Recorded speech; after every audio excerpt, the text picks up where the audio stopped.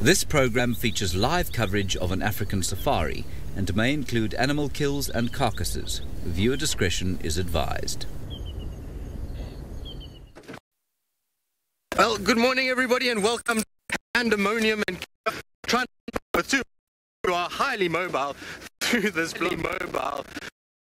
Get a chance now. It's all kind of this morning. My name is Tristan and on camera I've got Sebastian, and welcome to, like I say, chaos. But anyway, we are coming to you live from the Savi Sands, which means, and Kenya this morning, which means we want to hear from all of you. Remember, hashtag SafariLive on Twitter as well as at FCE on YouTube chat. Keep it relevant, keep it what you're seeing on the screen, and we shall answer as many as we can. Right, Gari Cutline and Sanctity for 2 minutes. So we've got wild dogs just on our right hand side here. So there we go. Sure, we've got them. Now I'm trying to call Brent so he can come see dogs because he hasn't seen them since he's been back. Hey firm Brenty, just come on to Gari Cutline just north of the Jackalberry. So there we go. That was quite something. We've just done from Mvubu to Gari Cutline in the space of 2 minutes and kind of gone through a very big thicket. The problem is where they're going to go now is going to be even worse. So we're going to have a tough time following them. But these are the same two dogs we saw yesterday morning that gave us the slip quite quickly. And at least we can see them a bit clearer now. Now you can see that black band I was talking about on the tail. So it's definitely the two that have been roaming all over the place of late and have been kind of busy and moving and, well, definitely making quite a big sort of scene and distance wise. But chaos. I hope Rusty's okay. Like I say, oh, we've got a stick under the car, don't worry. The stick can hold off. So we're going to try and just get round and through. I'm going to tell Brent to go through. Brenty, they've gone into the drainage. So if you take that 2-track and try to get onto the eastern bank. I'm just trying to see what Brent's up to. We're going to go, I don't know, Brent says he may have found something himself, I don't know, but we're going to try and catch up with the dogs. Sorry guys, it's going to be bumpy Seb. Maybe if Brent heads towards... Brent, they've crossed this drainage already heading towards Hyena Road. So we're trying to help Brenty. Like I say, it's nothing better than to share in the epicness that is wild dogs. And like I say, Brent loves wild dogs. It's more, well, his favorite animal. And so because these two are so mobile and so difficult to keep up with, I thought it would be a great idea for him to join us and help us just to keep up with them. So he's just looping around and round and round, which is going to be nice, and he's hopefully will get a view of them, which will be good. Now this is going to be a tricky one. We're going to try and get through all of this as fast as we can. I'm hoping that they're going to run on a very specific game path that the leopards often use, but you know, with wild dogs it can be a bit tricky and it can be difficult to kind of know which direction they're going to head. Now the last time we saw them was coming through this, I can hear them, they're calling just in front of us. Sorry Seb. Oh, wild dogs is punishing on cars. Oh, they're just behind me somewhere here.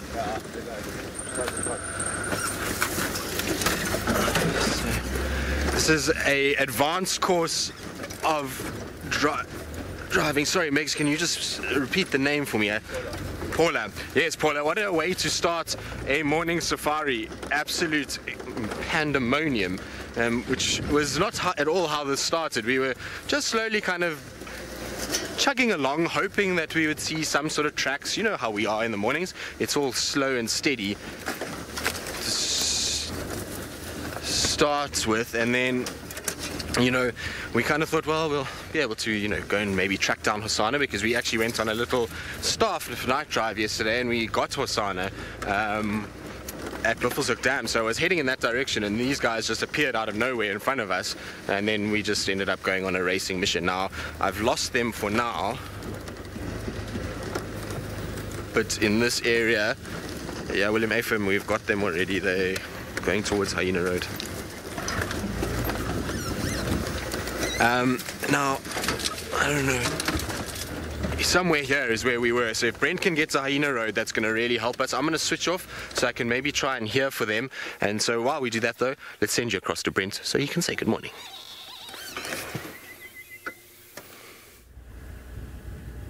Good morning, good morning. What an exciting start to Tristan's birthday. Puppies. And I just posted a picture of puppies. My name is Brent Smith. I have Craig, aka the Batman, on camera. And at Tristan's request, indeed, we are on Hyena Road. So, wait, I last saw Trist cutting in was around here. So they could appear at any moment.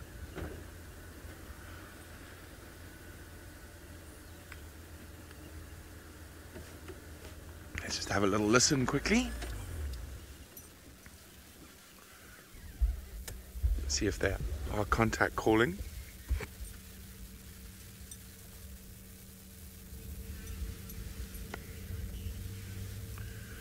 Carol is wondering if they are hunting. Carol, I don't know. I haven't seen them yet. But if they're contact calling, they're probably not hunting. That means they've misplaced members of the pack. Or if it's a new breakaway group of males or females, they're looking for another breakaway group to form a new pack with. There they are. Trist, oopsie, wrong button. Trist, I've got them on Hyena. There we go. My first dog since I'm back. Isn't this exciting and wonderful that it's on Tristan's birthday? Carol, they look quite hungry, and it is a male. Looks like two males. Oh dear Lord. Don't go that way, guys. This is literally the worst block to follow wild dogs through. Okay, hold on. Oh yes, they're coming. They're changing direction a little bit. Let me just get Trist. If you can head towards Nyala Road North, I'm gonna try to stick with them through the block. So yeah, I'm trying to get out of this block. The nice thing about having two of us on the dogs this early is we can leapfrog each other. Probably Nyala Road North Junction with Quarry Pan is the general direction at the moment. Watch out.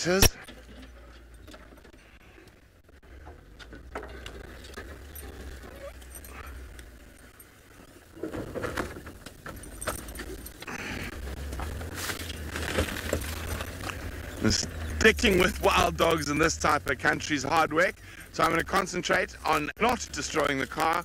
While we do that, let's send you back to Tristan.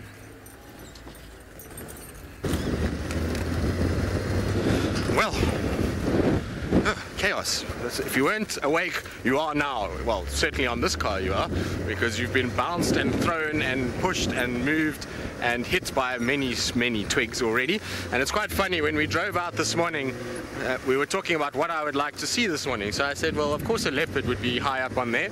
And then said pangolin and wild dogs. And so wild dogs is sorted. We've managed to get that. Now we try and get a pangolin, a wild dog, pangolin, leopard in the same sighting. Wouldn't that be nice?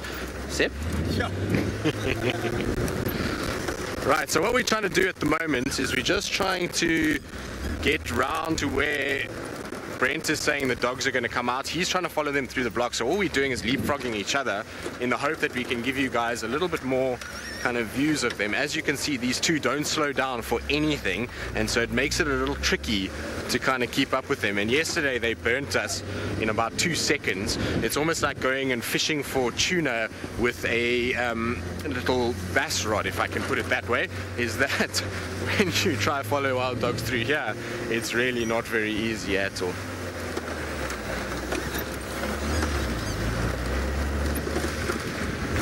Right, now already crossed this road in an area he can't cross. They are very full, and they've got a lot of kind of food in them. Then they often will sit still for a bit. Also, when they generally start to lie down. Now, to tell you about how much these guys move, they have gone from us, which was on, when we found them yesterday, was on the western side of the lodge. They went all the way south into Little Gowrie to Chitwa Dam by last night. They then must have gone all the way through Torchwood, and we found them coming out of Buffels Hook. That gives you an idea of how far these dogs can go in a day and how quickly they can cover ground. But you can see it's almost impossible to keep up with them. All you do is get a view of them, and then to go through these thickets while at the pace that they do it is impossible. We just can't manage that fast, and so right now, I think I'm going to leave this to Brenty because this is, there's no ways. They're going to go into Torchwood as well, and so obviously we can only have one car there, which means that there's not going to be any chance. But what we're going to do is we're right here at Buffels Hook Dam. I want to just check if little Hosanna is here at the dam wall while we do this. We at least got a fleeting glimpse of them and at least showed you guys the dogs pretty quickly. Well, not quickly, but I mean, we got a nice view of them on the road at least, which was good. So I think Rusty's been punished hard enough for one morning. I mean, there's screens that are going on and off at the moment. There's all kinds of things. But we lost our stick that was making a noise, so that's all good news. Whew.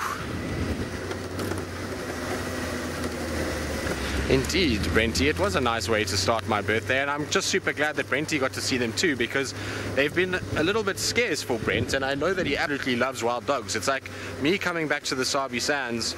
I mean, it's not quite, because it would be a bit of a different scenario, but it's like me not seeing a leopard for 2-3 months. You know, I can understand how much he wants to see them, so it's part of the reason why I really wanted him to kind of come and help me, just so that we could get them. Also, as you can see, it's impossible for one car to keep up with them, and we tried really hard to keep up with them, and we managed through one block, but once we went through those Nyala Road blocks, it started to become a little bit difficult, and it really is not easy to keep up with wild dogs. The nice thing is that they should be fairly vocal, and that should allow us to find them. No, wait, we've got Hosanna and Hyena. Hold on. Hosanna's here. Yay! Hello, boy. There he is on the dam wall. That's awesome. So he's sitting on the dam wall itself. There was a hyena that just went over. Hello, boy. Now, yesterday when we found him here, he was very full and very, very fat. So he's been sitting on a carcass somewhere, or rather, I don't know where, but he has been eating himself silly, and he's looking very good for it. But there he is.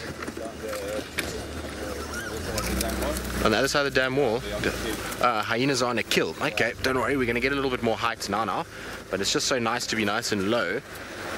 Are they on? Yes, they are on a kill, so they must have stolen your meal. Sorry, boy. But there he is. This is the best birthday ever so far. Everything is coming together. Hello, boy. Isn't he beautiful? He's looking as good as ever.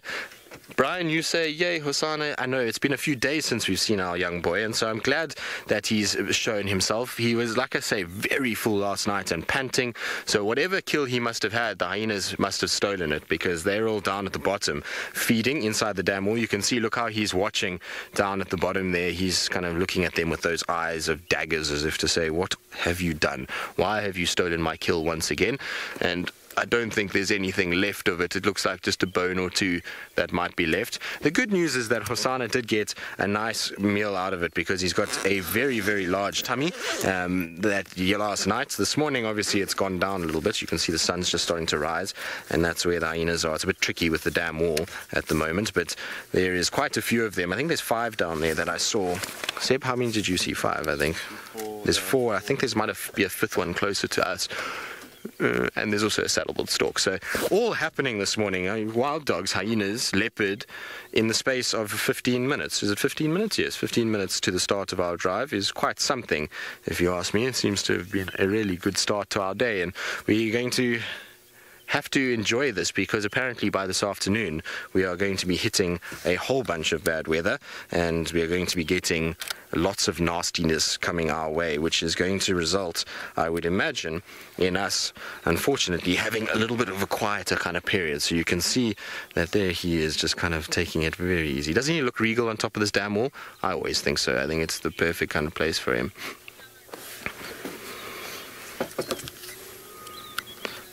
Caroline agreed. At least he did get to eat something. It's always good when he gets at least a little bit of food. I kind of worry about when Hosanna gets robbed all the time. I always feel as though it must be the hardest thing for him, because he constantly is being robbed by all of his family. He's being robbed by hyenas all the time, and so, you know, it's at least when he gets a bit of a meal, it feels like a victory in some respects. And so I'm glad that he at least got something out of it, which is good. But he is going to be bathed in the most beautiful golden light. In about 10 minutes time we should get the sunrise light on him, and it is going to be absolutely spectacular. So I'm thoroughly looking forward to that, which will be quite nice. But very cool to see him. Look how big he's looking. Amazing, isn't it? His front legs, his chest, his neck, his head has developed so much more than what we kind of noticed back in, well, a year ago, if you think about it. Now Jamie's also calling me. Go ahead, Jamie.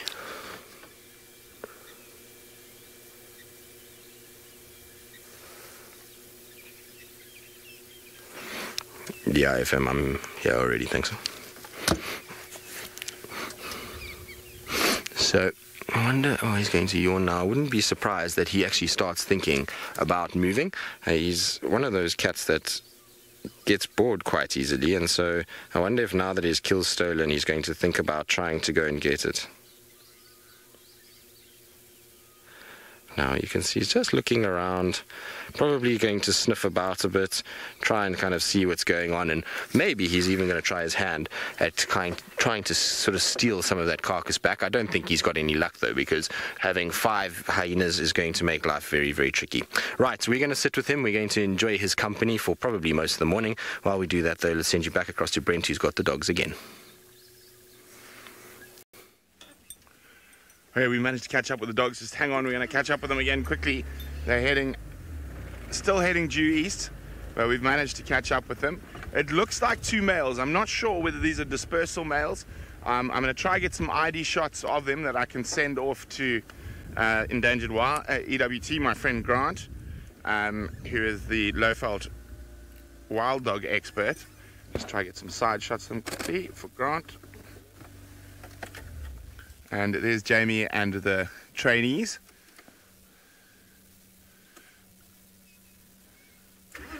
Puppies! Puppies! Oh, I'm so excited, my favorite animal. And I even posted a picture of a wild dog today. I should post pictures of wild dogs more often. Oh, they're starting to hit that running stride again. I only managed to get side pictures of one, so I'm not sure which pack this is. But been chatting to Grant, the dynamics in the packs change so often that it is, oh, the smell of wild dogs. I love it. A lot of people find it offensive. I find it exciting. So he's got a very distinct tail, this guy, this back one. He's got a white with a band, and the other one's got a very white tail. Yes, let's stick on the road for a little bit, doggies. Let's try get another ID shot there quickly.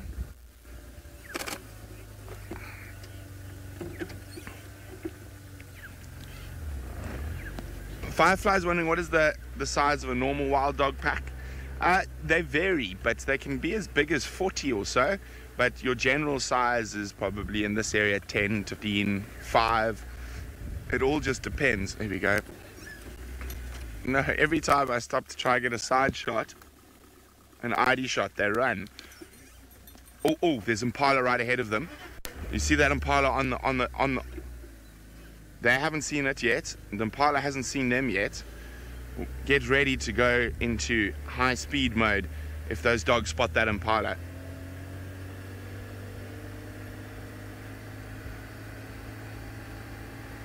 Okay. That Impala's still there. It's still there. Dogs haven't seen it. Dogs are still sniffing about.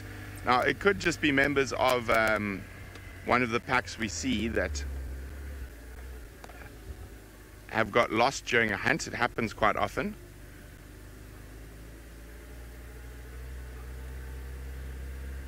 They haven't seen that Impala. I can't see if the Impala is still there now.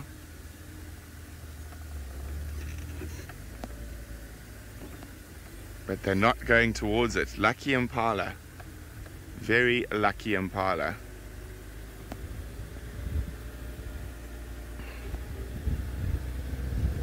And at least if they do spot something in this area compared to where we were earlier, it's much easier for us to follow.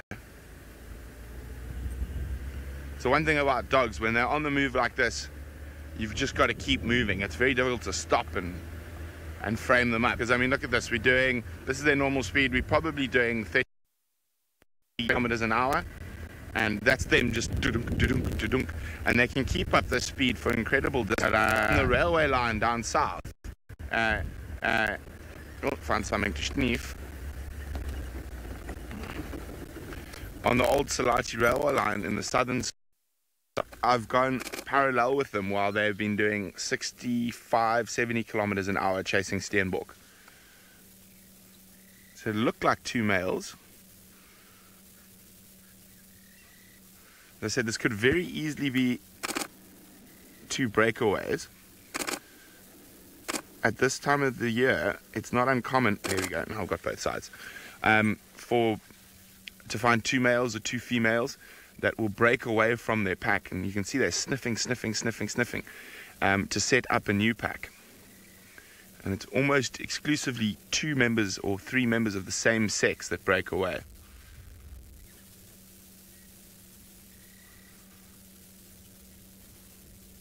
There's something very interesting here. I don't know if other dogs have been in this area recently. You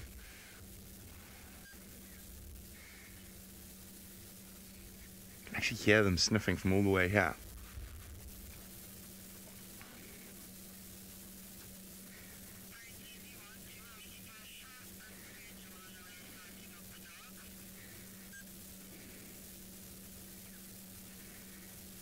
Alright. Let's see, I think they're probably going to get moving again.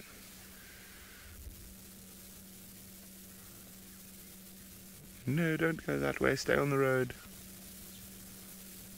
Okay, we're on the. I think we're going to be on the move again.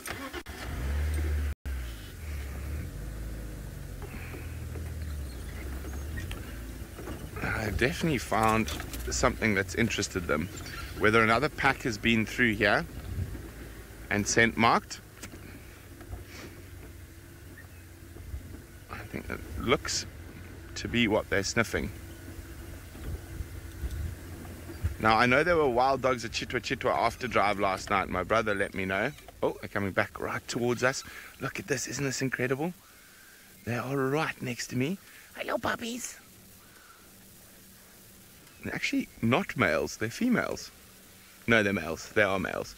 Okay, we're changing direction again. Look at that. Behind the tree, obviously, just to get Craig the worst shot possible. But there we go. They're going to come out. There are two boys.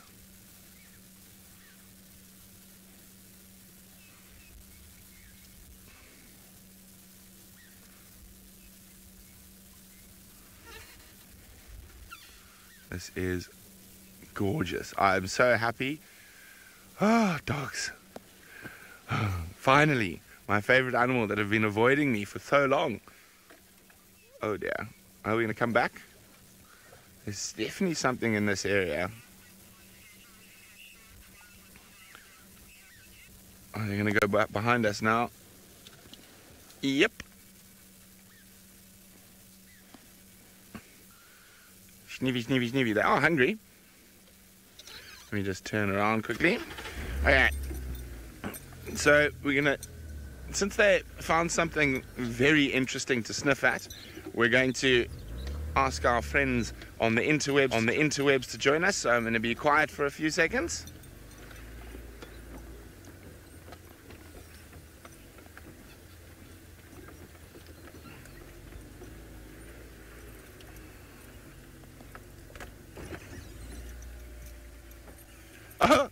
Welcome. Of course, as soon as we go live, welcome to everyone. My name's Brent. We've got a very rare animal here. It is my favorite animal. It is two male African wild dogs. I'm going to try to catch up with them now. They are the second most endangered canid in the world and the most endangered canid in southern Africa. There are only about 4,500 left in the world. there, and there are only about 250 in the Greater Kruger, where we are presently in South Africa. So very, very exciting to see them. They are the most incredible animals to watch. Their social behavior and dynamics are amazing. Now, we're not sure exactly which pack these two dogs belong to. They're two males, so they could be dispersing to form their own new pack, and they're looking for ladies, and that's why they're sniffing around so intently. But incredible to have them this morning. They are spectacular. Now, that talking you can hear there is my game drive radio.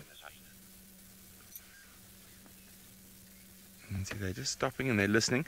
They're also very effective hunters. They're what we call coursing hunters. So they can run down prey at high speed. Okay, we're going to have to keep up with them because they are always on the move, and that's what I love about them. They're so energetic. Coming back this way? Are we coming back this way? No, we're coming back this way now. Okay, and they're always on the move. Unlike the big cats, can be very flat a lot of the time. The doggies are very active a lot of the time. And you'll see there's one of our other vehicles. Hello, Jamie. Hello, trainees. Susan! They do not look anything like hyenas. How could you, Susan? So they're very different in body shape to hyenas. You can see they're far more leanly built and much more thinly built, and they don't have that sloped back. They've got much longer legs. They don't have spots. They've got that wonderful coloration, which gives them their scientific name, which is Lichen pictus, which translated from Latin means painted wolf or painted dog. Licon, a wolf in French. And there we go, the African wild dog. Very few people ever get to see them out on safari.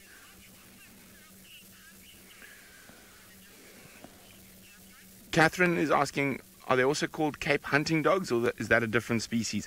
It's an old name for them, but yes, they were once referred to as Cape hunting dogs. Catherine, you are 100% correct.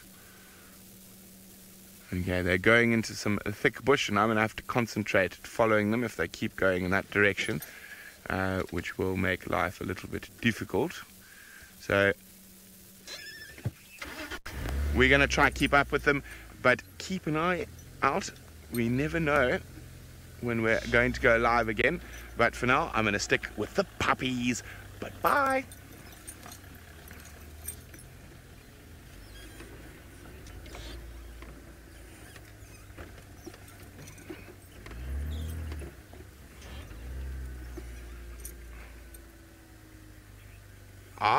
Okay, well, what an exciting morning we're having for Tristan's birthday. I'm going to try to stick with the dogs while we do that. Let's go see Hosanna in a tree.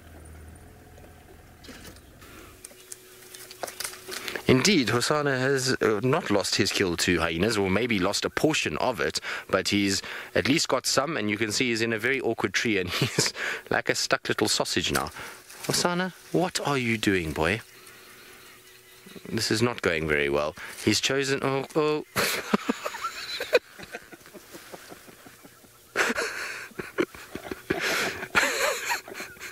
You're a clown, Hosanna, you know that. But you can see things are not going according to plan. He had it high up in one of these trees, and I'm pretty sure he put it up here because it was a rush and a panic, and he was trying to get it out of the way of the hyenas, and so he kind of dragged it up there as quick as he could to get it out their way. And now he's trying to calculate, hang on, where can I put this thing that I can actually start to feed off it correctly? Because it can't be very comfortable where it is now. And so now he's trying to find a way. You see, there's where he probably wants to put that kill, is where he is now, because that's going to be a lot more comfortable. We're going to set... Hosanna, what are you doing, boy? This is how things go wrong. Shame, he's being poked in the face. No, it's not going to come to you if you just...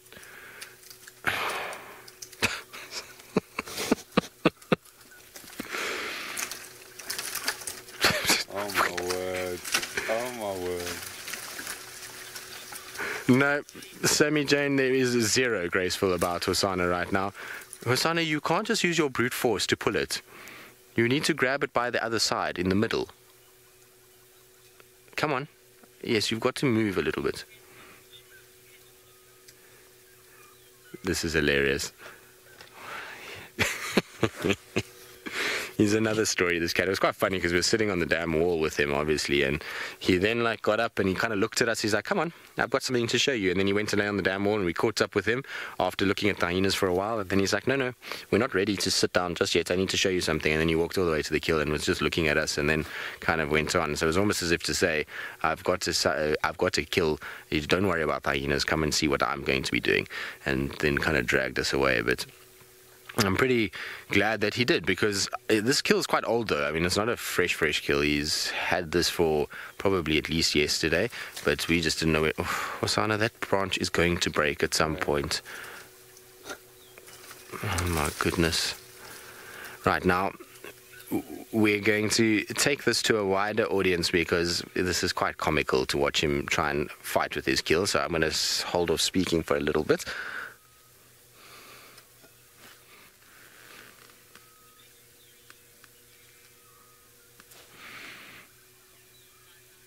Good morning, everybody, and welcome to South Africa. The sun is just starting to rise, and we are framing the most epic morning this morning. My name's Tristan. On camera, I've got Sebastian, and we're currently sitting with a young male leopard called Hosana. Now, Hosana is almost 3 years old now. He's just under 3 years old, and he is quite a comical cat, and this morning he is putting on quite a show because he's gotten a bit confused as to how to get his kill into a comfortable spot in order to actually feed it off it, and you can see now he's balancing on probably what is the thinnest branch in this entire tree, and I'm waiting for it to break at any point.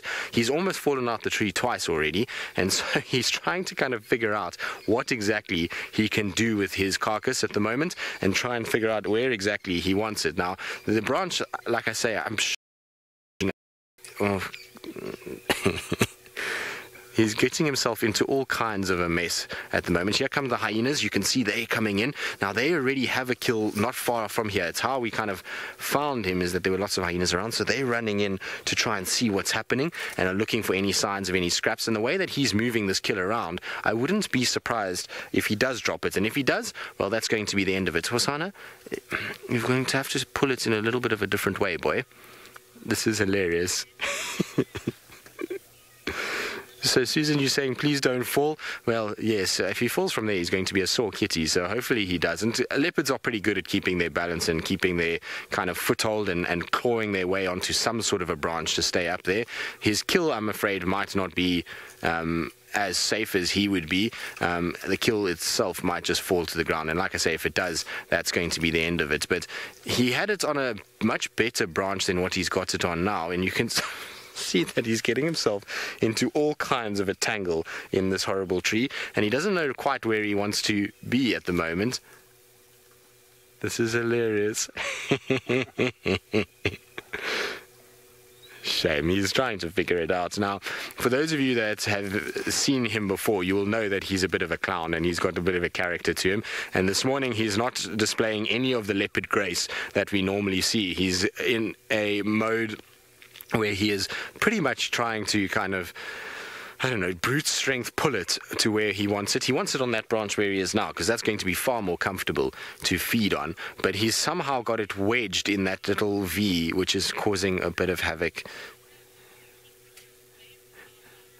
Lorimer, he does want to keep the kills safe. Now, I think, unfortunately, some of it may have been robbed, and we're trying to piece together what's actually happened here, because just beyond where we're sitting at the moment, there is 4 hyenas that are on a kill itself, and he's around, and I wonder if maybe this particular female impala maybe was pregnant with a fully developed fetus, and that's what the hyenas have stolen and taken down there, and that's what they're feeding off, because they've got one leg, and we can see there's a leg missing from this particular carcass. Now, I'm sorry if you're a bit squeamish and that you don't want to see all of these things, but it's easier to explain if I can show you. So one leg is missing, and maybe they then got the fetus of this particular impala. But if it was a fetus, it should have been finished by now. There are quite a few, like I say, 4 big hyenas down there that are all munching away, and so maybe they also got a little bit extra from this carcass itself. You can see this carcass has been well fed on, so it's not a new carcass. He must have found it in the last day or two. Now, he's positioned himself on a bit of a log because the hyena is moving around below, and the reason why he doesn't want to move the carcass now is because the risk of dropping it is so big, and if he drops that carcass, then you're going to find that the hyenas will steal it straight away. If the hyenas move off, then he can move it around without as much risk, because if it does drop, he can just come down, grab it, and take it back up again. But unfortunately, this tree that he's using is not ideal for a kill, but it's born out of necessity because of the fact that hyenas probably rushed in. He had nowhere else to go. This would be a much better tree to kind of just get it in and safe and not lose his kill, rather than worrying about how comfortable it's going to be. Anyway, he's worn himself out with his antics and his trying to position the kill in a better spot, and so we're going to sit with him and wait for him to get a little bit more active. If things do start to happen, we will go live again, but until then, it's been an absolute pleasure from Seb and myself, and we'll see you all soon.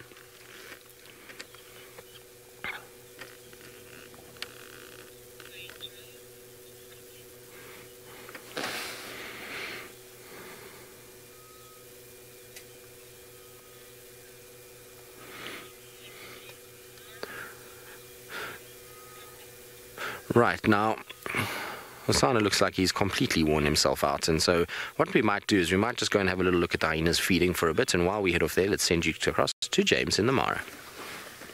You've had an action-packed morning so far on Tristan's birthday from Juma Private Game Reserve, but here we are in the Marsi Mara with the East African safari ant. Siafu is what they call it over here, and it is, I think, returning from a raid to a termite mound, I'm guessing.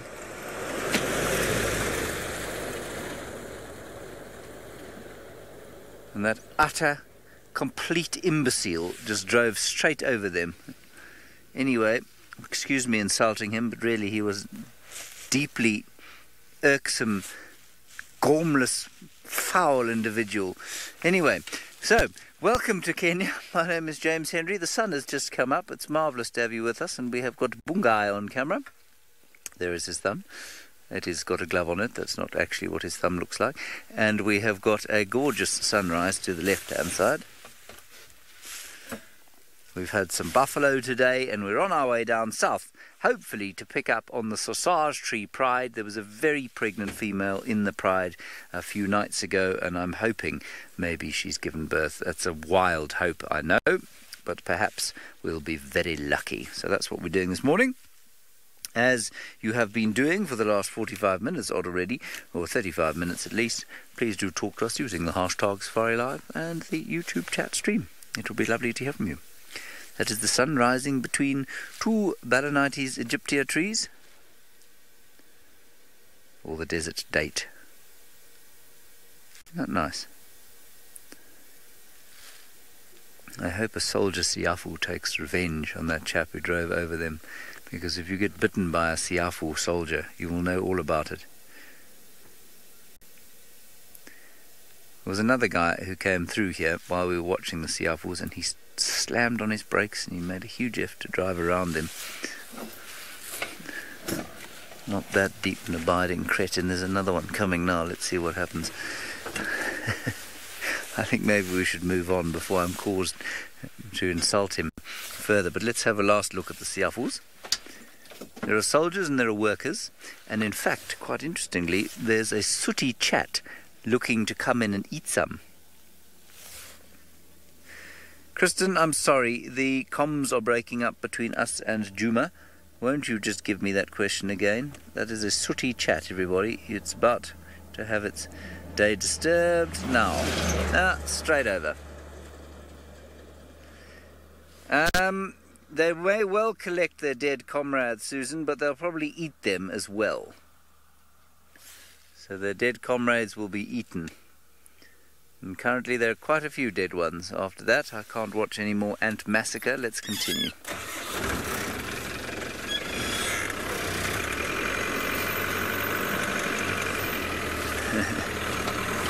Alrighty, let's go back to birthday boy Tristan and Hosana.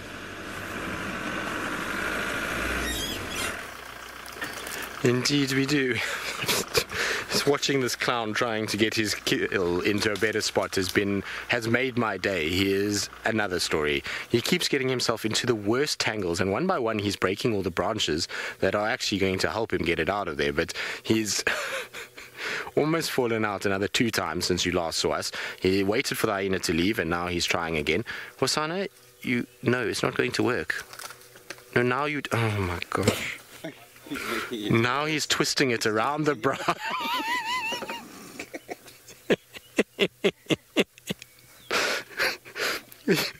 Hosanna, you're not doing this very well at all. This is a... He's now twisted it around the branch. So what he's going to do is oh no, that branch is going to break at some point. He's going to end up falling on his backside if this does.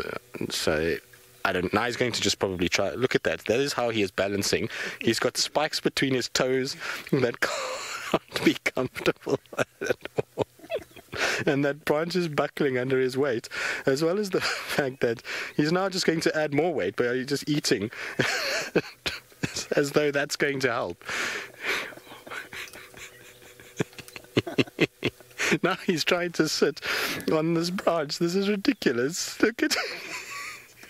How do you sit on a branch like that? He's another story, this cat. I have no idea how he's gotten himself into this mess and this tangle, but he's trying to eat his way out of it, which seems to go along Hosanna's motto. It is the most ridiculous scene I've ever seen, because he's got his whole body stretched out and he's trying to stand on the smallest branch as well as trying to sort of eat from the side. Can't be comfortable at all. That is not how to do it. So if you're a leopard watching this is not the manual that you need to be following right now, because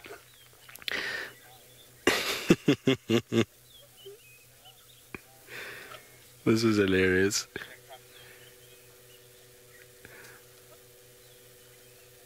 I can't believe he's actually gotten himself into this position. It looks as though that back foot is going to slip out from underneath him and he's going to end up falling. But like I say, there's never one to stop him filling his belly. Oh, there we go, that's better. Hosanna, what are you doing?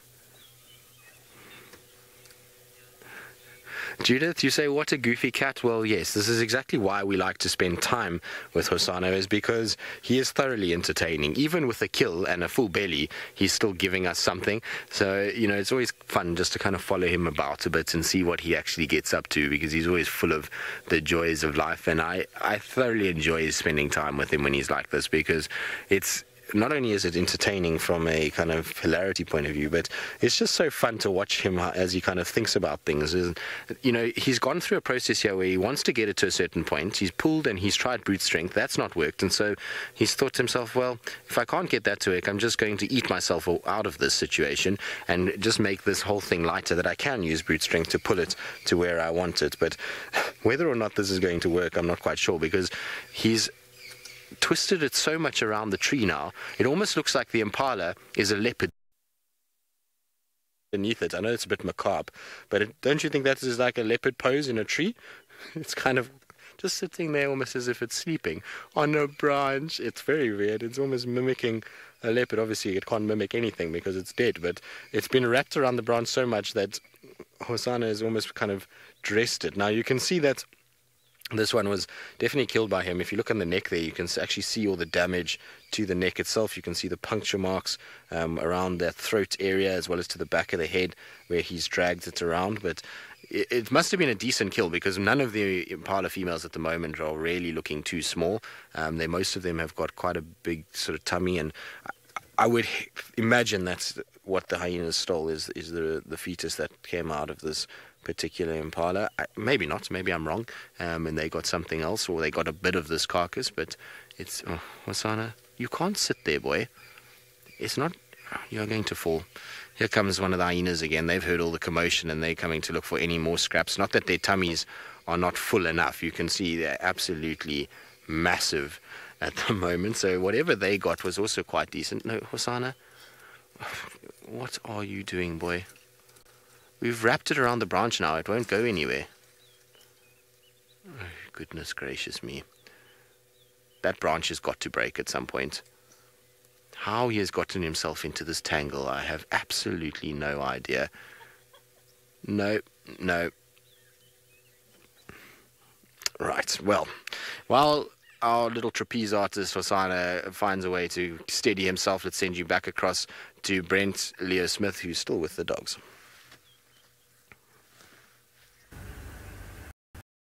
With them, they've actually headed back onto the boundary of Djuma and Torchwood again. So pretty much where we had them coming up the road. There we go. Joggity, joggity, joggity. Always on the move, the puppies.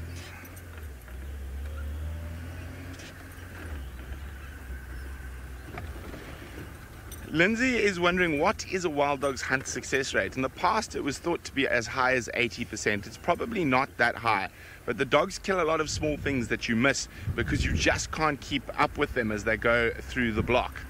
They're on the move again. And they scrub hares, steenbok, and if it's a big pack, they can munch through 5 or 6 of them. But their hunt success rate is very high, much higher than the cats. Aubrey, they're between Pipeline and Central now, sniffing on the fire break. Just letting Aubrey know where the dogs are.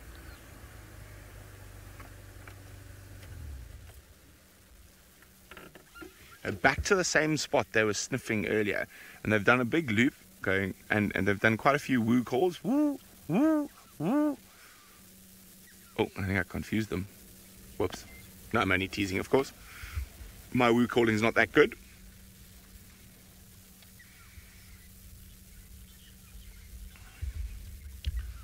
But they seem to be convinced that there might be other dogs around here, and that's what they're calling for and searching for.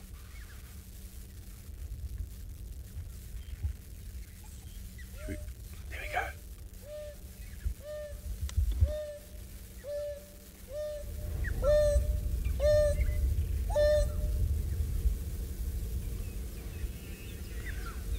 And so you see how they put their heads to the ground and use the ground as an amplifier to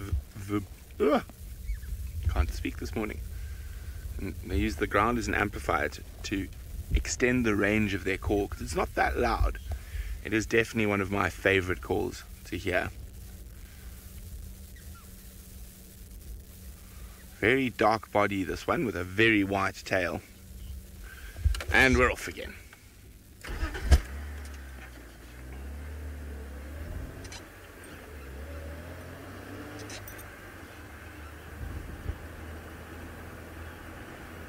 Abed says the call is such an interesting sound. Now, dogs, of course, make lots of different interesting sounds.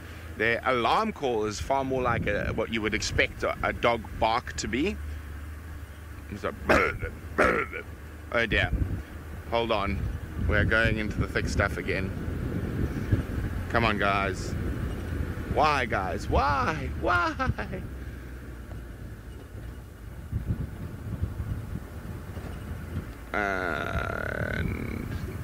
Okay, we're just going to stick parallel on the road while we can. Make sure they don't change direction, because they've changed direction on us quite a few times this morning already. And keep a close eye on the Central roads coming up.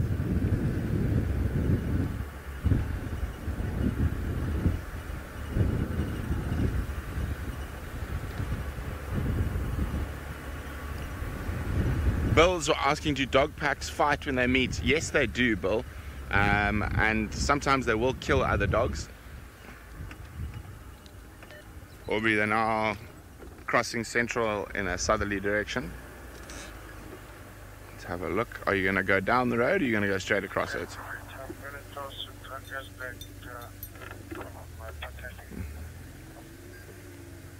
There we go. Yeah, I've come straight to Central. They've just gone static on Central at the moment.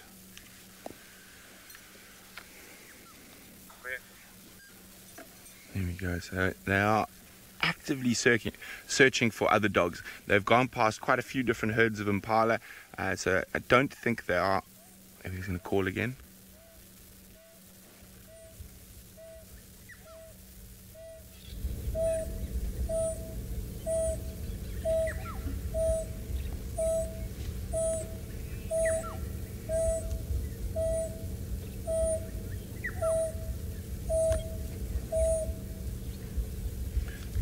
They seem to be far more interested in finding other dogs than hunting this morning. Hopefully, I'm really hoping we get to see the greeting ceremony when they find the other dogs.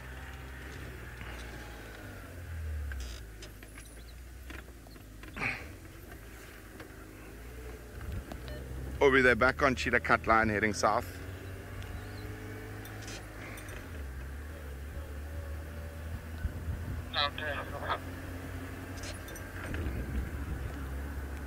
Yeah, they're moving very quickly. Okay, we're going to keep up with them now. 1.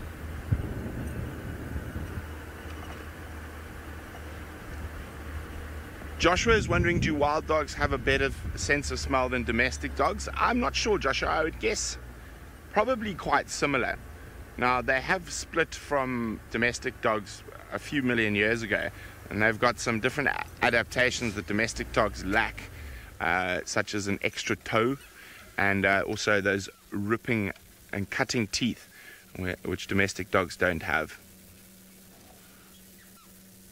Okay. Oof, they're on the move.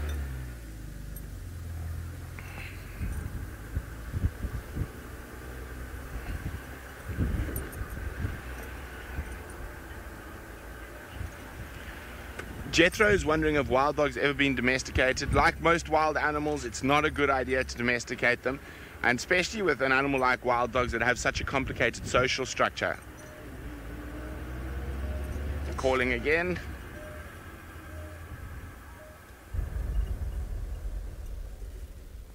They're not getting the responses they want.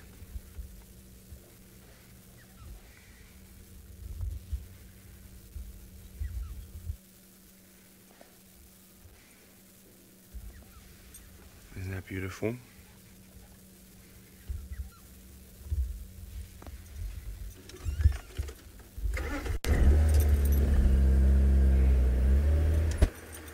Okay, they are heading south. Maybe they might head on to Chitwa. As they've been, well, they were heading directly east. They went into Torchwood. Now they've come out and are heading straight south. Okay, I'm going to stick with the dogs for as long as I possibly can. In the meantime, let's send you back to the little chief and the birthday boy.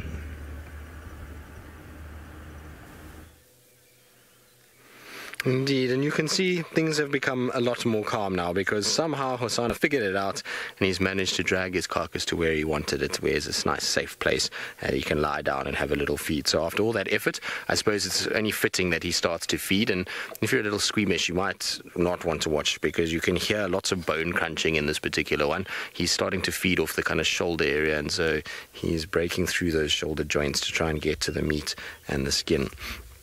But it's been so cool kind of spending this morning with him, and Seb and I were just talking about how lucky we were to have kind of bumped into the dogs when we did, and then to have had this has been a very, very cool morning. It's meant that James Henry up in the Masai Mara has not been around very much at all.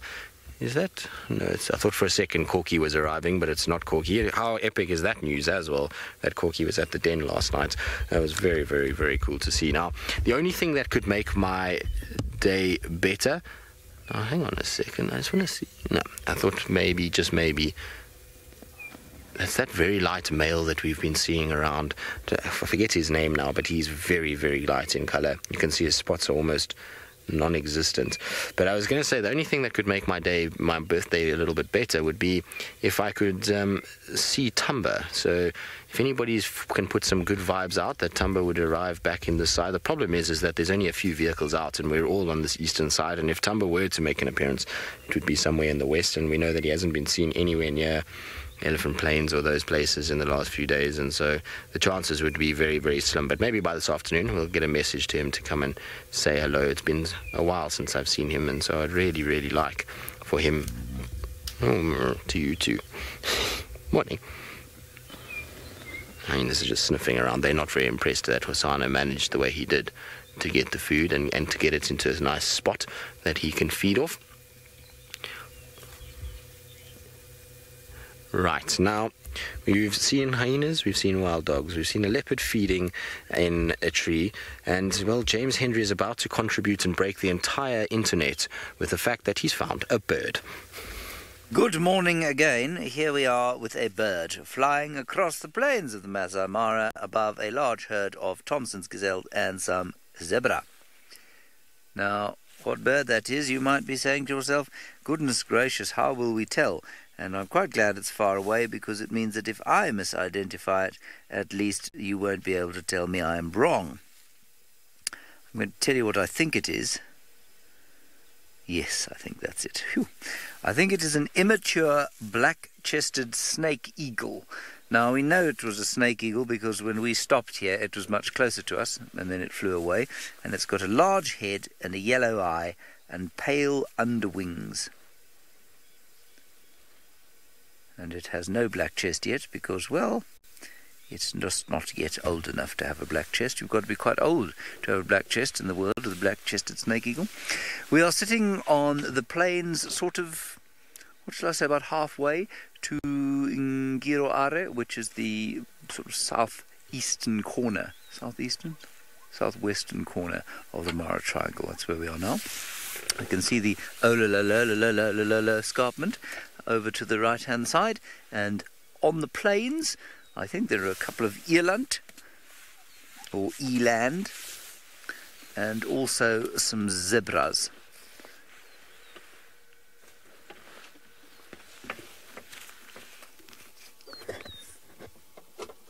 Very nice. Yes, there is an eland there. Can you see the eland? If you zoom in there, you'll find it amongst the herds. Bungai. MGN, you thought that was a martial eagle. No, MGN, it's definitely not a martial. It is too small. And it had the wrong colour eye. And it has no hairs on its legs. Well, I mean, no eagle has hairs on its legs. But many of them have feathers on their legs. The true eagles, of course, have got feathers on their legs. Gosh, it's beautiful out here. It's always sort of slightly tinged with, it's not sadness, but I'm not sure what it is to think that there are lions somewhere in this grass ready to shatter the peace. But it is it's a, shall we say, slightly disquieting thought. Doesn't take away from the beauty, of course. This is just the most magical area. Amber, our comms are not great. Can I have your comment or question again? Oh, there's also jackal there. A serval. It's a serval. Okay. Bungai, can you see the first little thicket of greenness in front of us? The first little thick bush in front of us. Just to the left, there's a serval. That's it, you got him. Amber, it is so green. It's much greener than normal. Oh, is that the doubler? There we go. There's the little serval in front of an eland. How cool is that? This is fantastic. It's coming towards us. Bless you, Patrick. Oh dear, there's a car behind us.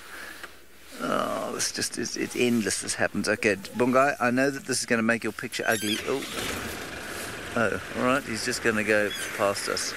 Hello. We're looking at a serval. Now move on. He's still there, the serval's just stuck its head out.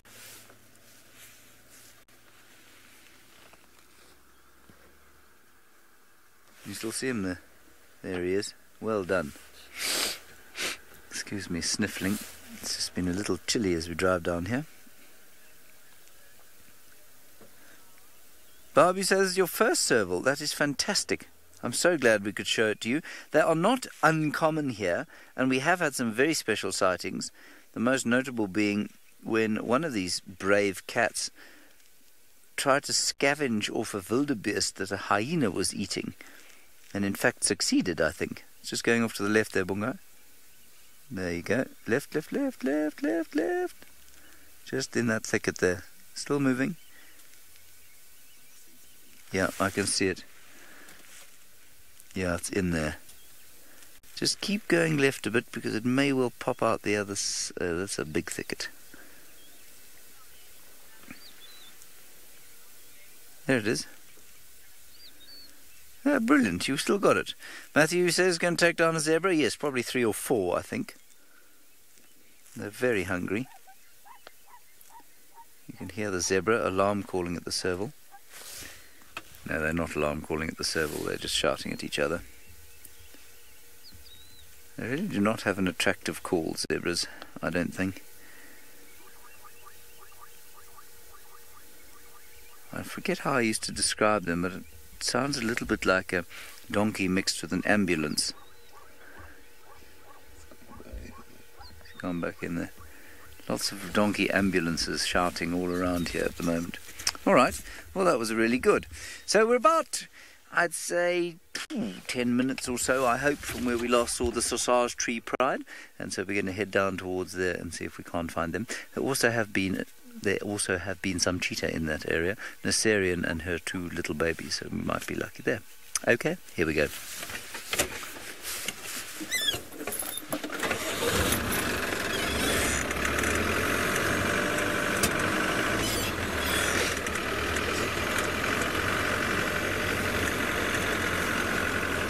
All right, so this is what I got from Megan.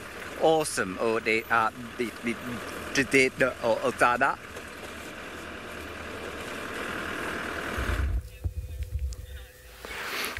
was a long link from that side of the world, and so you can see Hosana.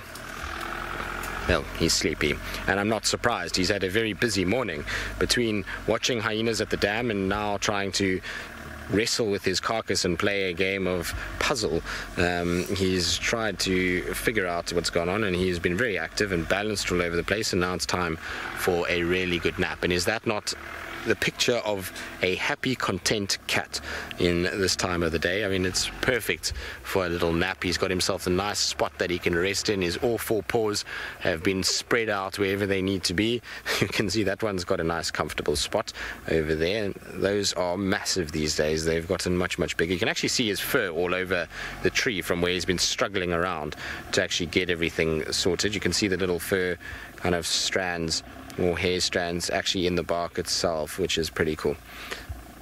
Right, now James seems as though he's keeping up with his birding morning, and apparently he's found another one that he would like to show all of you. So without further ado, let's send you back to him before it flies away.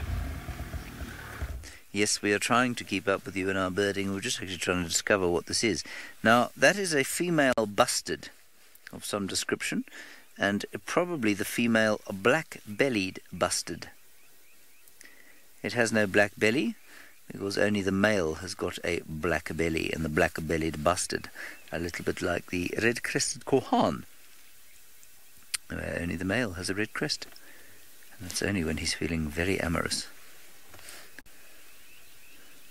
We do get the white-bellied bustard here as well, in theory, if you had to see one. And this apparently has Megan's favourite bird call, and for those of you who haven't heard it, this is what it sounds like.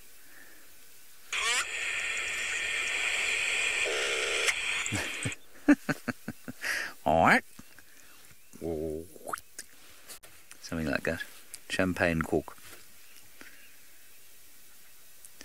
It's very funny watching them do it. The female won't do it, it'll only be the male. Just sauntering quietly across the plains here, looking for little insects and things to eat. Maybe some reptiles. Maybe some siafu ants. Otherwise, all is complete peace here. The sun is finally starting to warm the landscape a little bit. Started off quite cold today, only about 16 degrees, 61 Fahrenheit.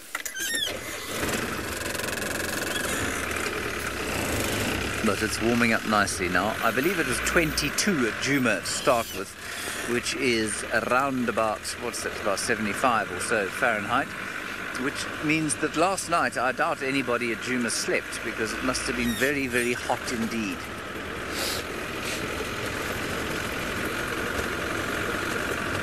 Alrighty, let's go back to Brent Leo Smith and his puppies. Well, the puppies are taking us on a wild chase today. They've turned around. There's impala right in front of them, but the impala are off. And you can actually see they're not really interested in hunting this morning. The impala are disappearing everywhere. They've stopped and looked at the impala a little bit, but they're really, really not interested in hunting this morning. They are really focused on finding the rest of the pack. And I'm really hoping we're able to keep up with them for long enough to see that, because that greeting ceremony is going to be something spectacular. All the twitters and titters of excitement when they find the rest of the pack. As I say, it could be two dispersal males looking for females to form a new pack with. But just the frequency of their calls at the moment make me think they've been separated from one of the other packs in this area.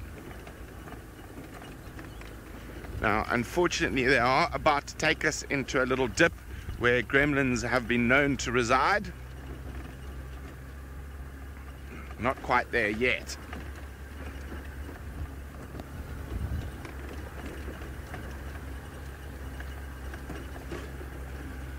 Laurie is wondering if we ever found wild dogs in the Mara. I didn't while I was there, but James and Oli and co saw some recently, a few days ago. But they are very, very rare in the Mara. Oh boy, here we go, back into the thickets. Let's just figure out how we're going to follow them through here. They might come out on the road, but they are heading away from the gremlin area. The gremlin area is down the hill. Yep, they're heading back north again. Just gonna go.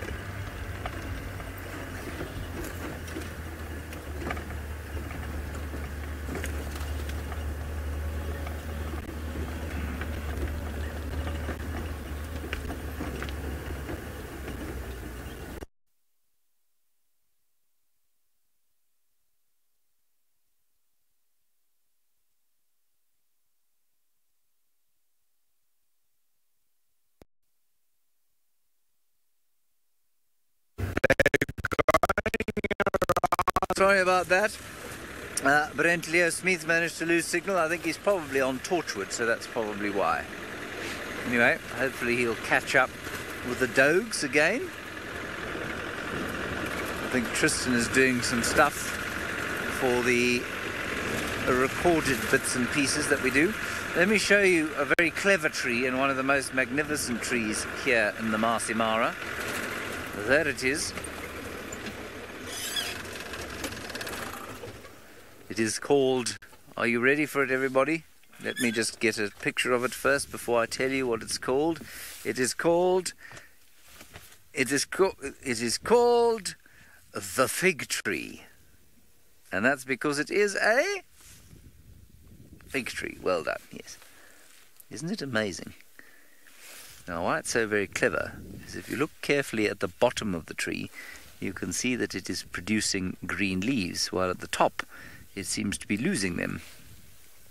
So it is deciduous and evergreen all at the same time.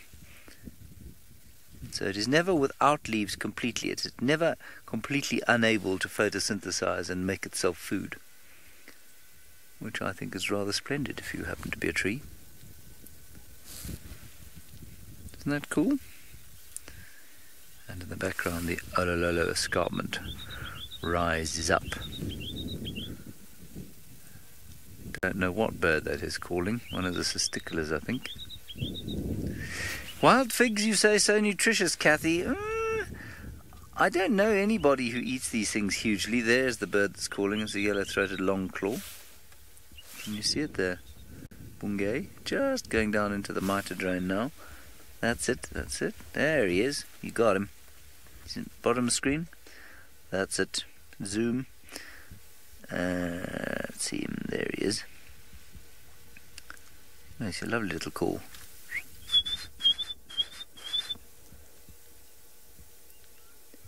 Common resident. Good. Alright, well, you still got him. Oh, there he is.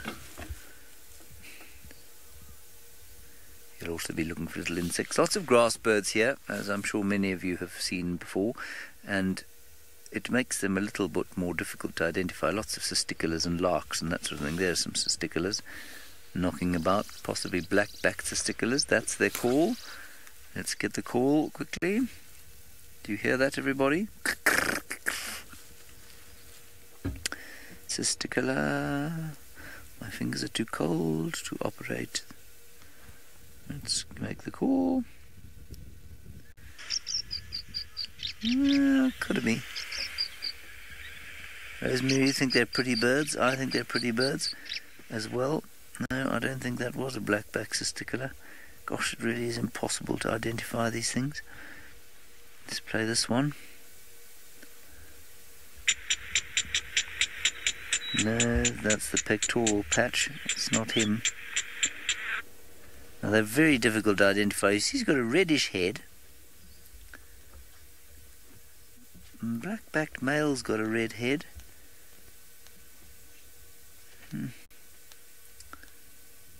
Well, I don't know.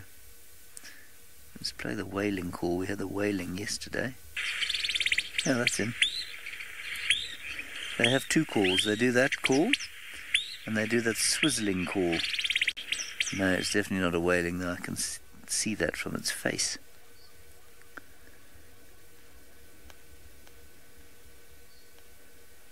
I'm just scrolling through the cisticulars. No, it's one of these streaky-headed ones. Small streaked cisticular. Yeah, I'm not sure it's not a black-backed. Anyway.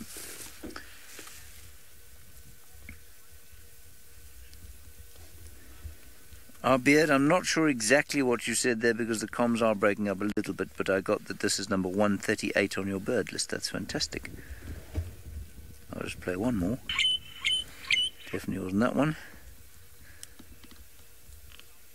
Ah, the yellow-throated longclaw was 138 on your bird list. That's great. That is a lark. Possibly a juvenile rufous naped, let's hope. So, very difficult because they're all brown, stripy, lurking in the grass. Good, it's disappeared. We don't therefore have to identify it any further. We can just say it was a young rufous naped lark.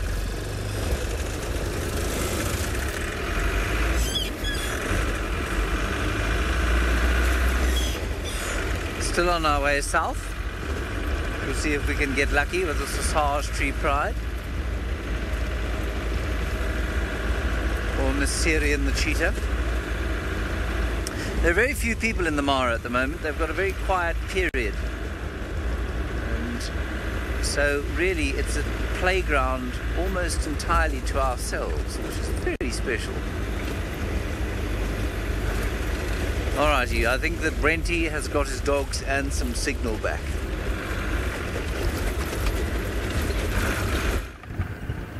Yes, the doggies are still keeping us going round and round. We're almost returning to the same spot where we had them sniffing earlier.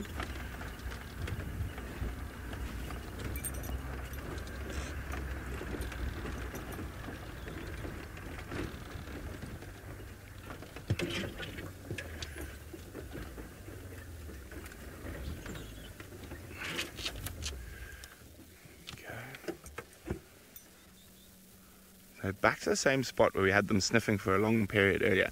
We've probably done 5 or 6 Ks and I keep returning to the spot. Maybe even a bit more than that. I might start calling again, give another call from here.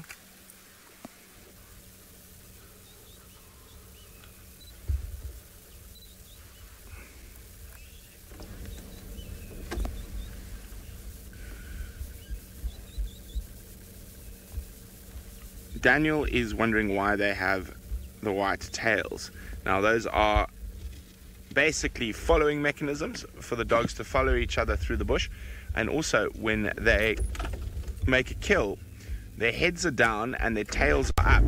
So what that means is that the other dogs can find it. So it's like a white flag waving, yeah, there's meat here, there's meat here.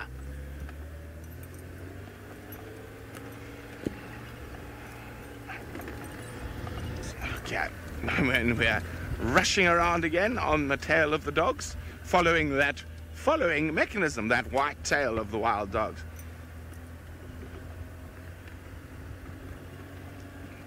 Have been relatively kind today in the areas they've been. Paddy Cakes is wondering what contributes most to the endangered status of wild dogs. Paddy Cakes is numerous things. So during the 1800s and early 1900s, they were considered vermin and they were shot out by humans. But the biggest threat at the moment is disease, in particular canine distemper from domestic dogs and rabies. And being such a social animal that spends so much time in close proximity with each other, I'm going to try to get ahead of them, hold on. That disease like that can go through a pack very, very quickly and completely wipe them out. Now, they are heading north at the moment, which is not ideal for us, as we are getting close to the Buffalo's Hook boundary. That's why I'm trying to rush to get ahead of them. So hold on. Ferrari Safari!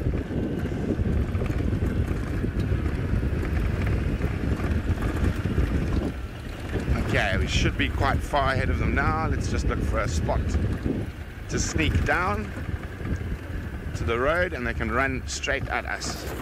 Whee! Bounce. But they are so quick, and they are constantly moving quickly. That's why. There we go.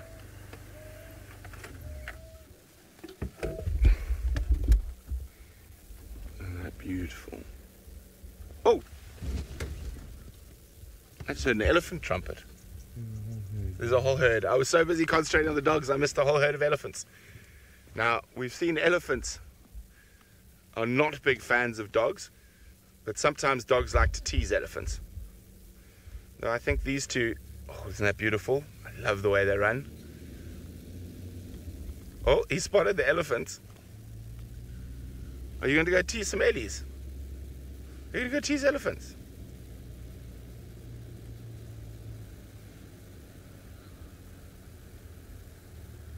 They heard that trumpet as well. Oh, isn't that beautiful? Oh, they're magnificent creatures.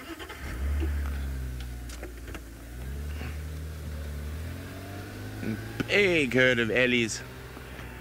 But I think they're just going to jog past them today.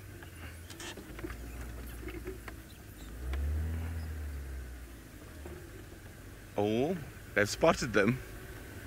They've definitely spotted them, but they're ignoring the elephants, and the elephants haven't quite seen the dogs yet. We've all seen what elephants do to dogs. Oh my goodness, these corrugations have got quite bad. Stopping for another sniff.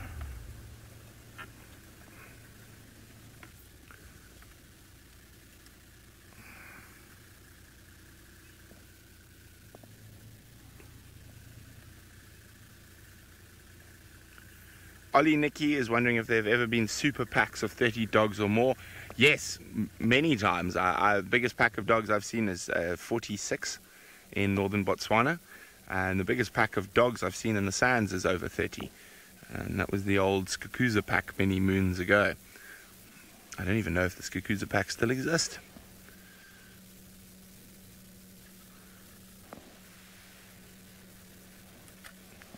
And I found something to sniff. Again, could be another scent mark from the pack that they're searching for.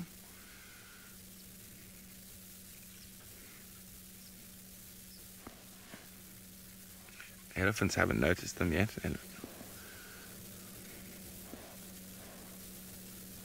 Generally, when you get wild dogs teasing elephants, it's the bigger packs.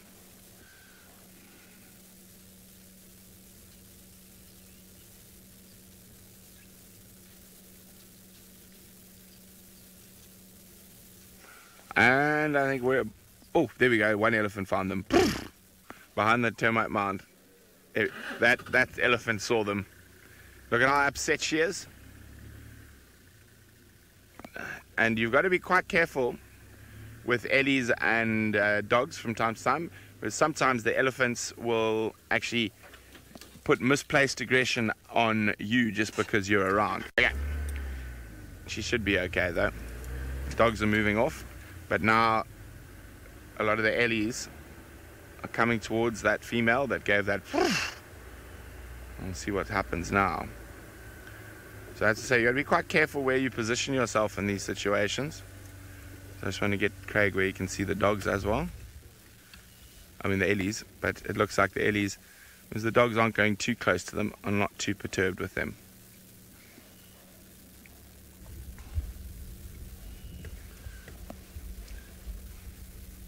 Sniffy, sniffy, sniffy. Oof, they might get a rev. Romit is wondering what is the oldest pack in the Kruger. It's so difficult to say, Romit, because these packs break up, change very, very regularly. Hey, pups. Oof, sneezy pup.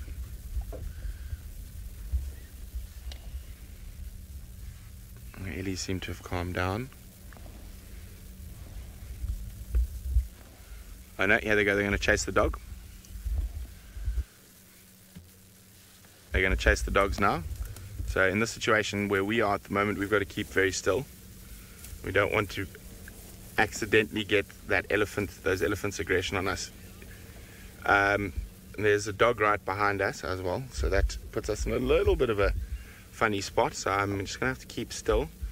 As I say, these situations can get a bit hairy, which is going to happen. No, don't look at me, elephant, look at the dog. Yes, chase the wild dog, not me.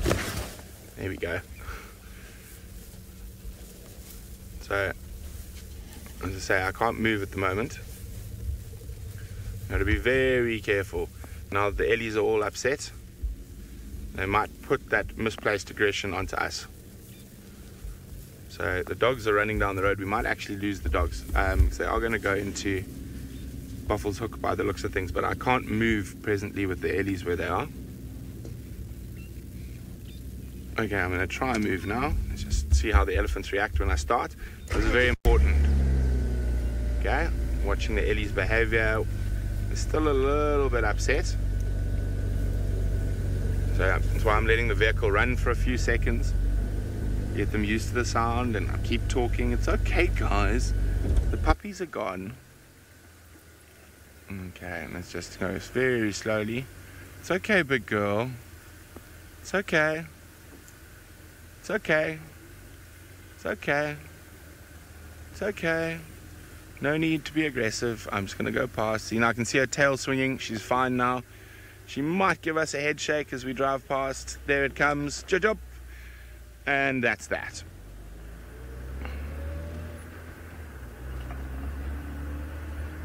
Lexa would like to know if an elephant can outrun the car. If you are in thick bush, almost certainly. But on a road like this, even in reverse, I should be able to outrun an elephant.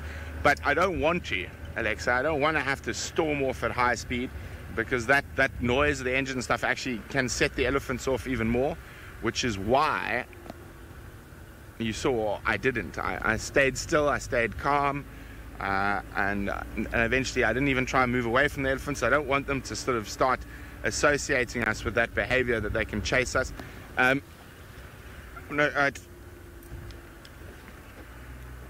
Aubrey, there's a lapwing nest right in front of you. Just be careful, there's a nest right there.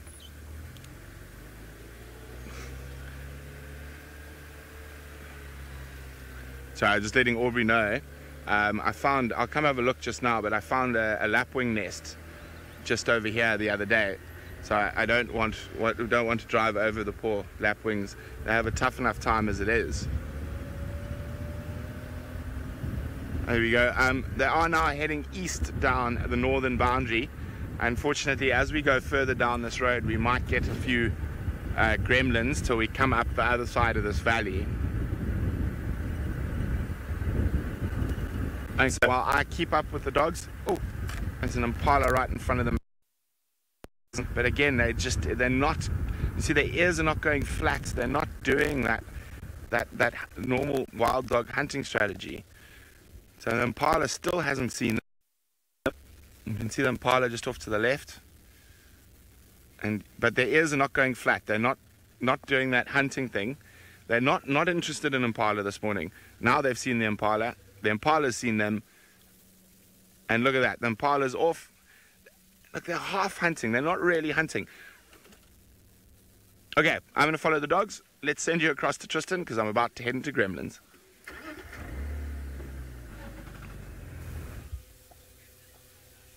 Well, Brenty, you've done a superb effort in following those dogs, and that's a rather macabre scene of an impala that wasn't as fortunate as those that managed to get away from the dogs, even though the dogs weren't really hunting it. As you can see, that is still the unfortunate victim of Hosana, who's chomping down once again. He kind of goes through bouts of sleep and feeding, depending on how he feels.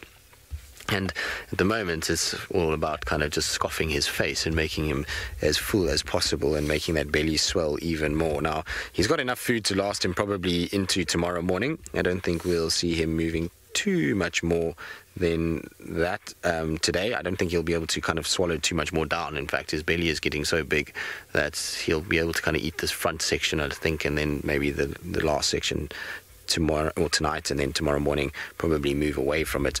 The nice thing is, though, is he's got water right here. It's on his doorstep where he can get water, and so it's a perfect place for him to actually be. The only other problem is there's a few hyenas that are hanging about, but that's okay. They'll be all right. Now, interestingly enough, it's quite funny. We can sit here, we can actually hear the dogs calling where Brent is. So every now and then we hear that who call that's coming out, and I believe that those dogs are from the Lower Sabi pack. So thank you, James, who let us know that they're the two females from the Lower Sabi split off, and probably then the reason why they're calling is to look for those males that were accompanying them. They were male, should I say, that was accompanying them for so long. Maybe something's happened to him, or he's joined a different pack, and they're now calling a lot for him to kind of come through.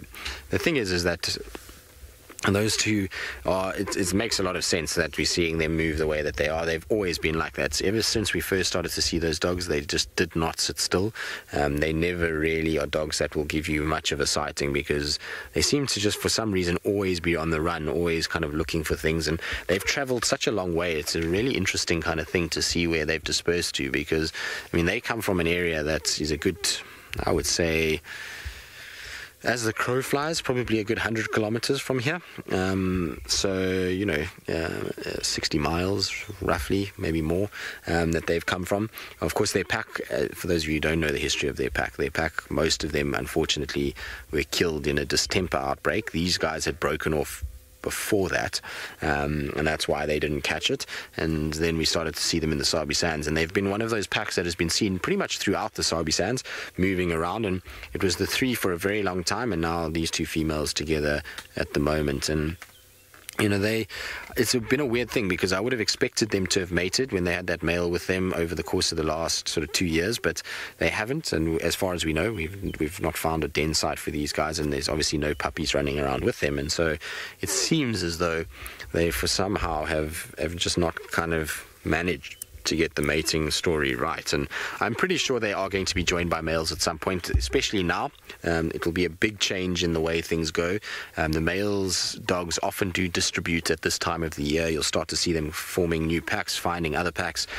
Wild dogs are not as pack kind of bonded as everybody always thinks they are. They do not stay in a family unit throughout their life. There is a huge amount of dispersal between males and females. And Grant was telling me the other day, sorry, Grant is the guy that researches the wild dogs in the Kruger region. He was telling me the other day that there's one male dog who's now been in 7 different packs within the Kruger system. So that gives you an idea of just how many dogs are actually kind of moving around, and it's very difficult then to keep them compartmentalized into pack names. He says it's a major problem, because the packs keep intermixing, and then you kind of get these different packs that form, and the names become a bit sort of obsolete and difficult to kind of go through. So he's trying to work on a different system at the moment as to how to kind of ID and keep sort of ID kits running. But he said to me that the Sands pack that is currently known as the Sands pack, there is only a few female members. The majority of that pack actually comes from 2 other packs, but all the males are from the Ngala pack, and so it actually is really very few members of the original Sands pack. But because they hang around in the Sands, they've been given that name, and they're using the same den sites. That's why they're referred to as that. But most of the dogs are actually from the Ngala pack in terms of the males. So it's interesting how they all kind of move around, and wild dogs are a really kind of unique thing. The other interesting with wild dogs of the Kruger region is that Grant was telling me that about a month ago, which would be very, very late, is that a pack near Shingwetsi had their second litter for the year. So they denned and they had puppies, and they then had puppies again about a month ago, which is incredibly late. Normally what you find with dogs within the South African region is that they start denning from around May, June. That's kind of when they will start having their little ones, and very seldom beyond that. Whereas, this pack is in September, well, late September, early October, which is pretty incredible if you ask me, and how they're doing, I'm not quite sure. That seems as though they had a really nice big pack, and that's a hugely encouraging thing for the whole program and the sort of not redistribution, but the growth of wild dogs within the Kruger system, because where those dogs are is right up in an area called Shingwetsi, and they actually go into the Mozambique side of the Transfrontier Park and move around in there. And so there's not been dogs in that area for quite some time, and then they released a pack up there, and then another pack arrived there, and so the two packs are moving around, and both of them had little puppies in that area, and so it's really kind of good news. And Grant said he was so relieved, because when he kind of was looking for those dogs, the collar kept pinging in the exact same spot, and he was worried that that dog had been snared or that it was dead, and they went and checked and they found a little den with puppies. So he was super excited about that, which is very, very cool. So some more added to the meta population within the Kruger system, which has had a really kind of stable sort of line over the last couple of years. There's been a slight sort of upward trend, and the dogs seemingly are doing okay. It's probably linked to the fact that we've had very dry conditions. It's always much better for wild dogs when it's drier. They can see predators a lot easier, and you find that their numbers tend to increase in dry periods as opposed to in the really flooded summer kind of, well, not summer, but high rainfall years. You find their numbers start to tail off a little bit, but they've done okay. I mean, I think without pups under a year old, the population is around 240 or 250, somewhere there, which is pretty good. And then obviously if you add all the puppies in under a year old, it'd probably take it over 300, which is quite interesting. Now, I wonder what's going to happen here. There's a whole bunch of waterbuck. It will be very difficult for Seb to see them, but they're slowly moving in our direction through the thickets, and I wonder what Hosanna is going to do when he sees them. We know that he has got a kill of his own and he's full-bellied, but sometimes you'll find with cats is that they get opportunistic, and if a waterbuck walks close enough, a little small young waterbuck, you never know, he might have a crack at it. The problem is if he did, he would lose it in about 2 seconds, because all the hyenas are still on the other side, still feeding. And so what we're going to do is we're probably in all likelihood going to go and have a look at the hyenas. I know a lot of you like hyenas, and so we're going to maybe just go and spend some time with them while they finish off their carcass just now, and see if Hosanna's not going to go anywhere. He's going to be quite happy up there, and once he's done with this, you might see him come down and have a bit of a drink and kind of go and have water. I would imagine, though, that he's fairly comfortable where he is. He seems to have found himself a really nice spot, and that he can have a really good rest, and so he might sleep up there, or he might come down and have water. With so many hyenas at the water point, though, I think he'll probably just wait for them to all move off, because otherwise going down there he's going to have to interact with them, and it's going to be a bit of a kind of hassle. I think he'll be far better off just waiting up here once they've all cleared off later in the day to go and get water. Remember, with leopards, they much like most cats, they don't actually always need to have water when they're on a kill. They will get moisture content from the carcass itself, and so from the blood, and so they can wait out and be patient. I mean, if we look at Tingana a few weeks ago, when he was up the tree the entire day with Hosanna underneath him, he did not move from there. That they can go even a full day without water, and see whether or not he does come down and move off towards hyenas. I would suspect that the hyenas, now that the sun's starting to break, you can see there's a little bit of sunlight coming through the clouds, that those hyenas will now start to get quite warm and probably start moving off and finding some shade to rest. They don't have a shady spot at the dam. There's no kind of trees or anything that they can lie under, or something like this where Hosanna is, where they can at least get some protection from the sun. But it's definitely feeling like rain is coming. It's got big dark clouds and it's warm today. The difference with all the other days where we've had a bit of rain is it's been actually quite cold, and there's been quite windy, whereas today is much warmer, not as much wind, and so I'm sure that's going to bring about a lot bigger thunderstorms. And the prediction is for 30 millimeters of rain, which is a lot of rain. That will definitely fill up puddles, and even the dams will fill up a little bit from that. I mean, they won't be full, but it'll be a start. Treehouse and Twin Dams will probably in all likelihood get quite large puddles from a 30 millimeter rain rainstorm. So let's see how we go. Hopefully we do. Be nice to get a bit of rain and just liven things up. It is incredibly dry for November. Normally around this time it's a lot more lush and green, and it's quite barren at the moment. You can see there's no leaves on the trees yet, and very little grass has grown either. So you'll find that things are going to change soon, hopefully. It needs to. Otherwise it's going to be a bit dire for everybody. Patrick, well, he does, and it's not only that, it's a circumstantial thing at the moment. So because of how dry it is, as we were just talking about now, there's very little in the way of water throughout the bush, and so animals are having to congregate around areas that have a lot of water, and so it's the best place for him to basically have a captive market. So if he comes to a water point, he knows there's going to be a steady stream of animals coming to get water. Unfortunately, they can't go anywhere else. They have to come this area, and so for him, he just has to sit and wait. As summer comes along and there's water everywhere, it's going to be a little bit more tricky to have that hunting technique, because the distribution of animals is so much more widespread, and he's actually going to have to go looking and searching for food items. Now he can go to a water point, he can get water for himself, and then he just has to sit and wait, and he knows that he's going to find a lot of animals coming through. As soon as we get big rains, that's going to change the whole dynamic, and I'm pretty sure you're going to find him changing his hunting strategy slightly, and he'll be a lot more proactive about food.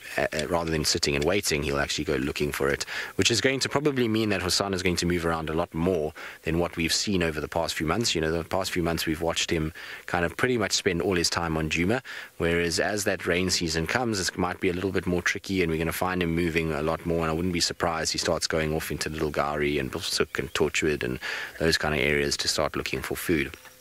He is still scent marking. He scent marked just now, so maybe he's decided Djuma is home now, and this is where he's going to stay. But obviously a lot will depend on the other males and Tingana and how that all plays out. But for now, Tingana doesn't seem fazed by him. There's no way that Tingana hasn't picked up the scent of Hosanna scent marking, and we've not seen any violent interactions. We have not seen Tingana in any way being overly aggressive to Hosanna or tracking him down and chasing him. So, you know, for now, it seems like Tingana is quite fine with Hosanna marking the way that he is and kind of moving around within his territory. There's definitely no indication that Tingana has gotten very aggressive with Hosanna and chased him around, but I really do hope he ends up sticking around. It would be great if his little territory to start with is just around sort of Djuma in the central parts, because it's been quite nice to go out most days and know that if you really look for him and you really look hard, you should be able to find him. I mean, some days he outwits us, but if you think about the number of sightings, I actually would like to know if anybody's got a total of sightings that we've had of Hosanna since his return all those months ago. I reckon we'll be quite astounded by how many times we've seen him on drives. It would be quite interesting. Anyway, we're going to leave him to have a little bit of a eat. We're going to go check out the hyenas for a little bit. While we do that, though, let's send you back across to James, who's bumbling about in the East African plains, and I wonder what he's got in store for us next.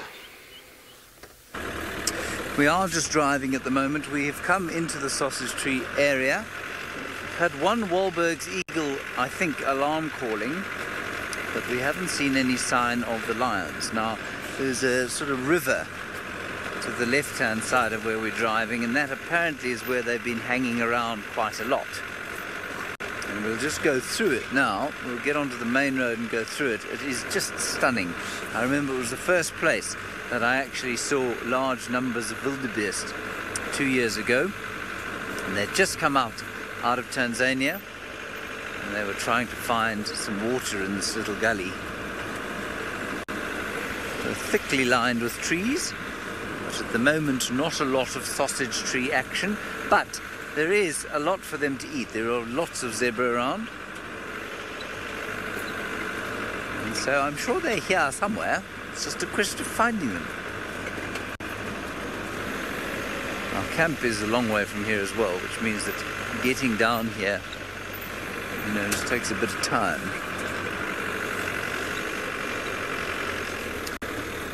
Jenica, I think you're asking about baobabs, although it was related to me from the final control as baobabs. The baobab is not in fact a tree as far as I'm aware, but baobab, we do not get baobab here. You get them further south in Tanzania, but you don't find them here.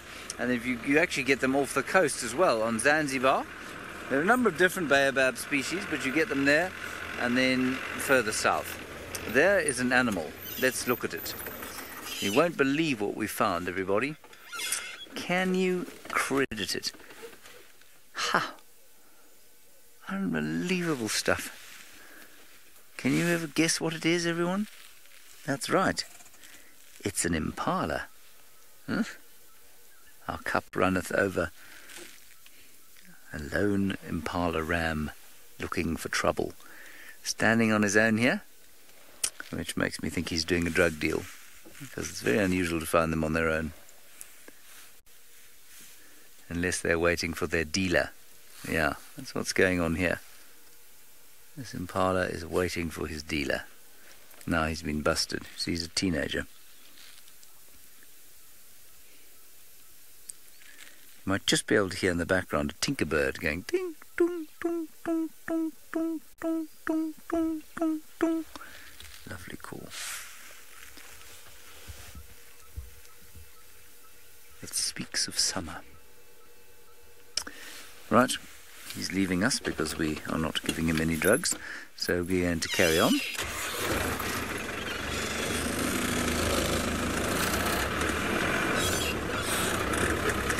Now this is the little gully that I was telling you about. We'll go through it and then we'll travel up the other side of it. Let's see if we don't get lucky with the lions. It's just very special to be down here actually. Not that concerned about actually whether we find predators or not.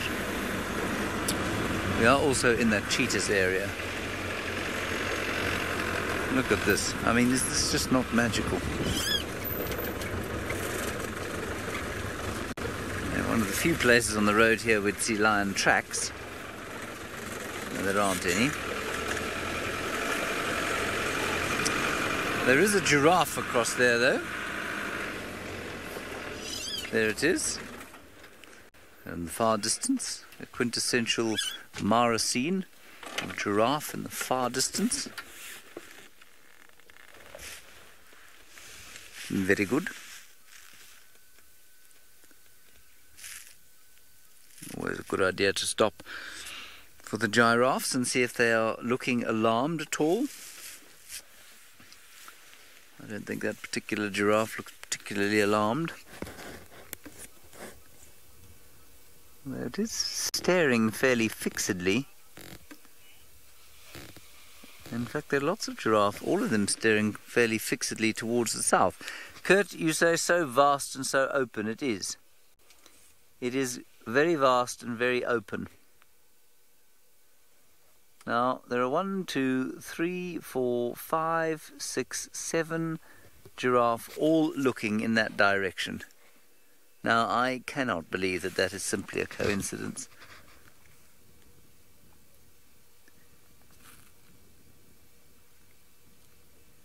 Either they've spotted a celebrity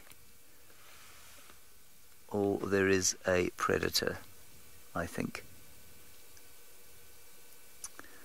Well, they're now walking off in that direction.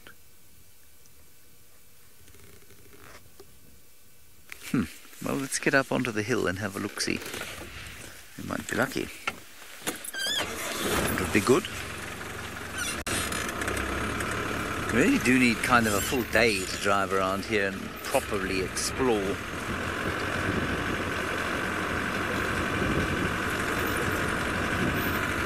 We'll just go to the top of the hill here and then look down to where they were looking. In fact, there's a little road along here. Let's take this little road. Let's see if those giraffes are lying to us or telling us something. Imagine we bumped into the cheetahs. Everyone would be so happy, especially me. And they're all staring down here. There must be something going on here.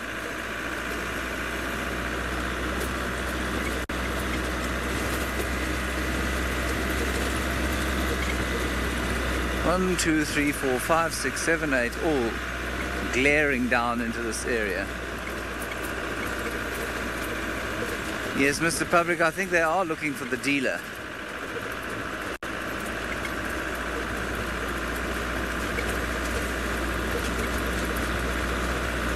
Now, what we're going to do is drive a little bit further along, and then there's a Balanites tree with some good shade there, and I'm going to suspect there might be something lying in its shade. In fact,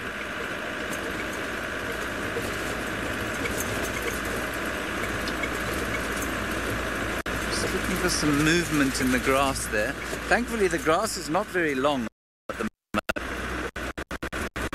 which means that if there is even if it lies down and just pops its head up, we should be able to see.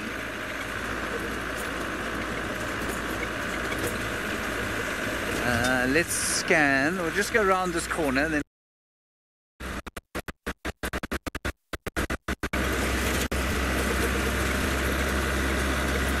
fact, the road goes exactly where we want to go. So we'll just keep going along it.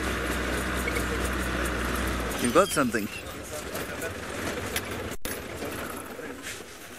What have you got? Bungay has spotted something.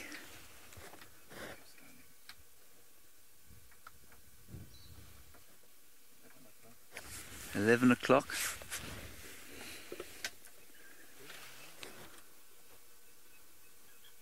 It's a jackal. Well done. That's a good spot. I'll be disappointed if that's all they're looking at.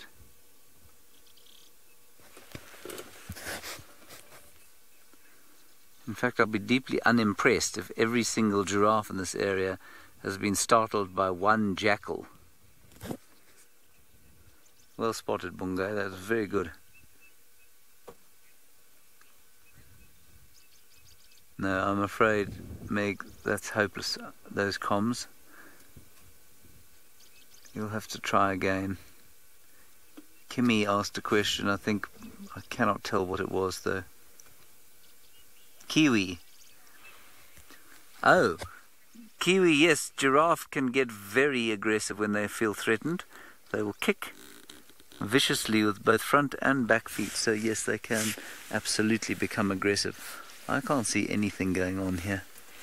But why is that jackal lurking around?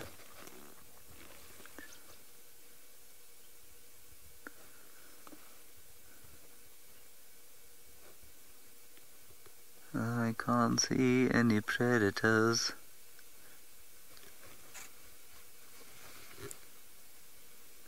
Cheetahs on termite mounds or lion tails flicking up.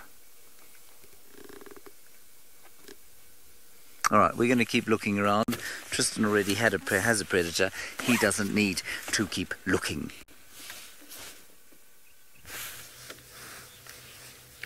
No, we don't. We've come and thought we'd just spend some time with our hyenas as well, just to see what they were up to. And actually, the carcass that they've got is in no way the same as what Hosanna has. So they've got a waterbuck by the looks of things.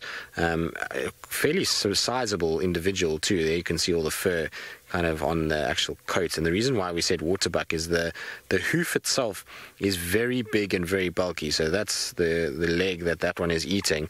Now, it's a bit tricky to actually show you what I'm talking about, but hopefully it will move it and you'll actually see the size of the hoof is very, very large. So way too big to have been anything else. The only other antelope that we get in this area that has big hooves would be, or to confuse us with, would be buffalo. So at first I thought it might be a buffalo hoof, but it's actually a waterbuck. You can see that long fur is indicative of that. Now, I wonder if maybe, just maybe, these hyenas didn't kill this waterbuck here in the actual sort of mud. It's a strategy that they might have used, is to have chased the waterbuck into the mud itself. The mud gets very, very, very sticky, and something like a waterbuck maybe got stuck in there and they were able to then feed off it. But you can see where they've actually dragged it around, has been dragged all over the place. They initially, by the looks of things, brought it down on the right side of this pan. So there's this kind of muddy little wallow, and if you look to the back right there, you can see there's a whole disturbance in the mud. So just right at the back there, Seb, goes straight in on the top of the screen. There we go. So that whole area there is where where we first noticed fern. You can see the mud itself has been broken up quite a bit there, so I think that's maybe where it initially got brought down, and then from there it's just been dragged absolutely everywhere. There's bits of bone and stomach content and bones all over the place, but you can see it's a good technique to have with the Buffelshoek Dam drying the way it is. This mud will be thick and deep, and if a waterbuck gets chased by something like hyenas, it can be cornered and they can then bring it down. And so I wonder if the Djuma males, because these are all the clan males that we've got here, would be able to have worked together to be able to bring it down. But interesting. I mean, I suppose Hosana could have brought it down himself and they could have chased him off, but he seems to have his own kill and he didn't look too phased about things, so maybe he's just been sitting here watching them as they went about their business last night, learning a thing or two. Who knows? But it's interesting either way that we've got two separate carcasses that are around here. There's been lots of bits that have been dragged all over the place.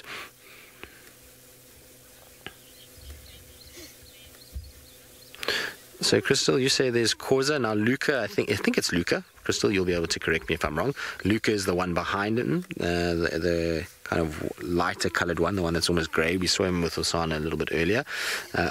So these look like all the boys that are together, and maybe they were formed a little cooperative unit last night in order to be able to get food. But let's see now when they pick this up what else is around. Now I see they're all going to come in.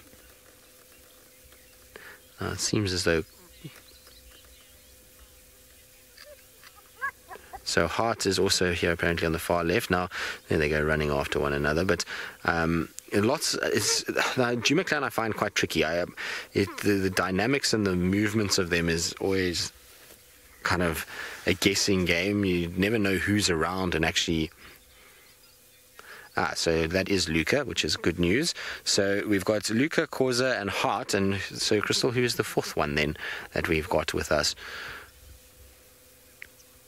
The one that's carrying off the bone is the one that we haven't ID'd yet. So that one there. It's quite good to learn about all of these things. So hyenas, the way that everyone recognizes them is mostly through spot patterns, much like leopards, but instead of a spot pattern on the face, it's more the flanks, and so some sort of spot. You are drooling all over the place. Are you full? You look like you're full. Coming to say hello as well. What are you lot been up to last night? Did you kill this yourself?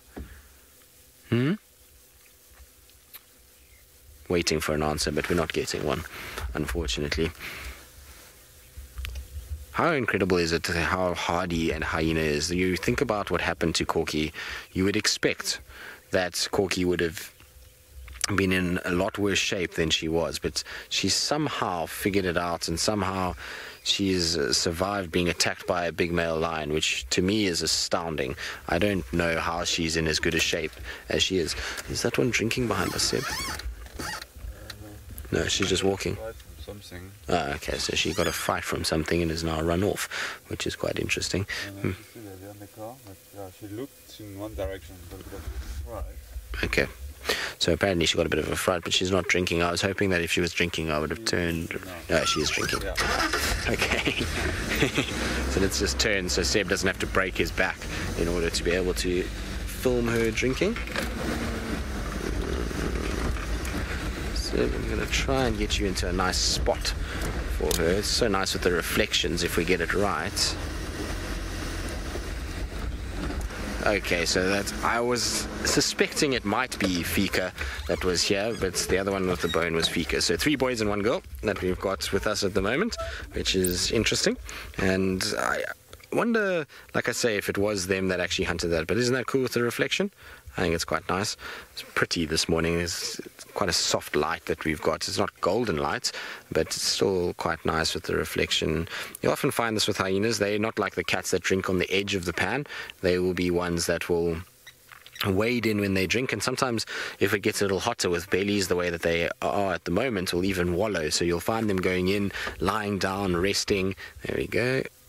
Like that. Quite nice of you to show that for us. Thank you.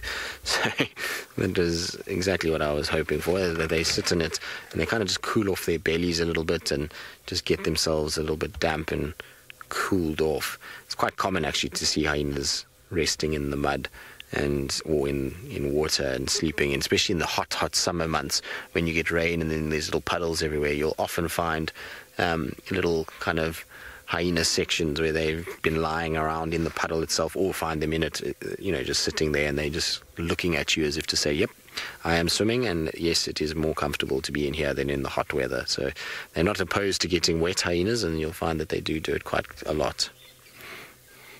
Now, it's quite a cool scene, actually. If we look out, we've got all this kind of desolation in terms of dry pans, and you've got these hyenas that are, obviously there's a lot of connotations about hyenas, but right in the middle of it you've got one of the most beautiful birds, which kind of is so contrasted by this scene. We've got dry mud, hyenas feeding off a carcass, and it all looks quite depressing in terms of a scene, and then you've got that beauty just kind of moving around in between. Feels as though a little out of place, doesn't it? But it certainly adds a bit of splash of colour to the whole scene. Now, Anna Marie, is there enough water for all of the animals? Yes, within the whole system there is. Here within Djuma, it's starting to get quite dire. Remember that Gallego and Vuyatela Pan are pumped, and therefore, the animals won't be too badly off.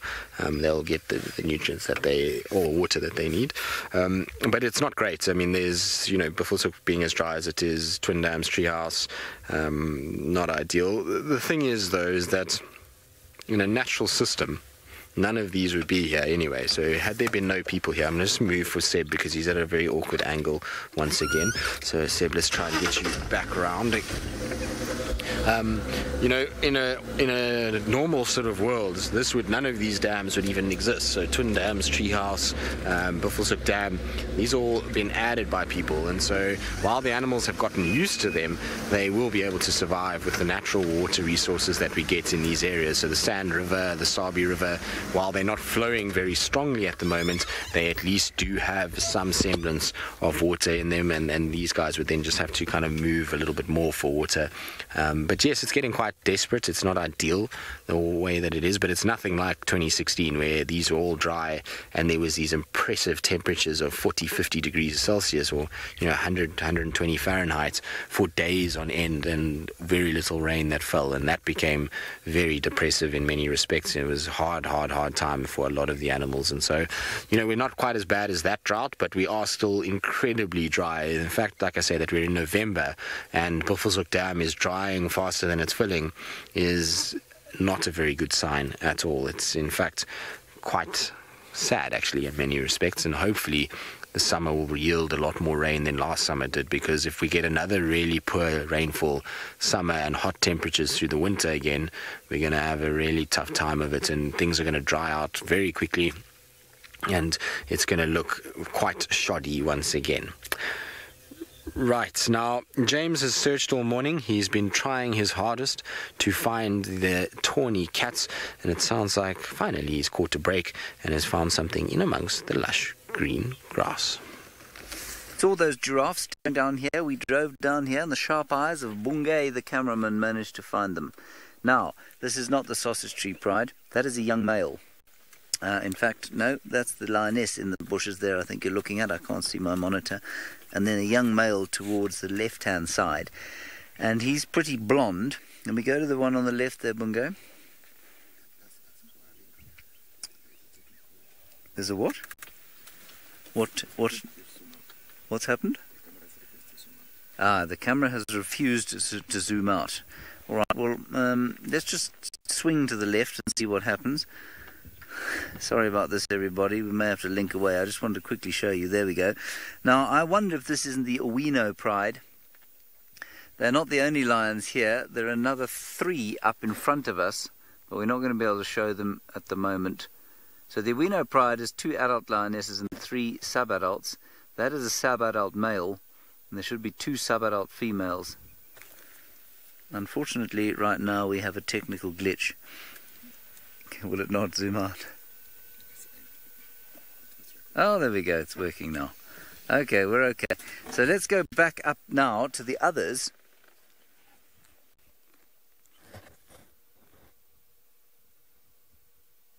Alrighty. So there are the other 3. having a little bit of a play. We'll go a bit closer to them. They're all lionesses. So unless anyone says otherwise, I'm going to say this is the Owino pride, which is quite nice. I haven't seen them for a very long time. And for those of you who don't know their history, it is two lionesses that split from the Sausage Tree Pride, gave birth to four youngsters, one of which was a very obvious and sort of mischievous pale blonde coloured lioness. She's unfortunately gone the way of all flesh, leaving her brother, that slightly paler young scruffy male we just showed you, and her two cousins. And they're a sort of fledgling pride, if you like, of the Mara.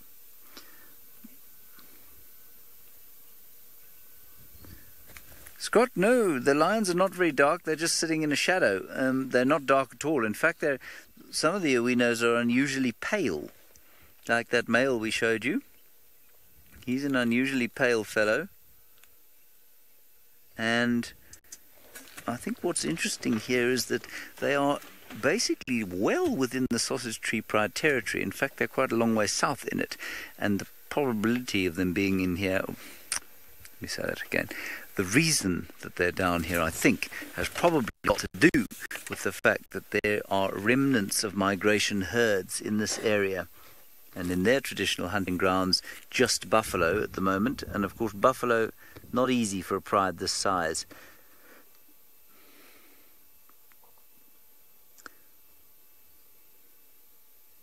Beautiful. Lovely little scene here. All right, I think we should move up to have a look at the other three. I know many of you have spent a bit of time with the Owinos, so if you would like to give us an indication of that's who we have or not, please do so. #SafariLive. One of them is posing beautifully on a termite mound. It's no wonder the lions were staring this way.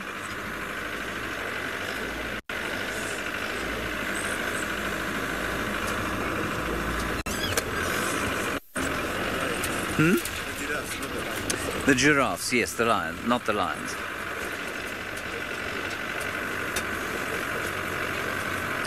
Bungay just correcting me there.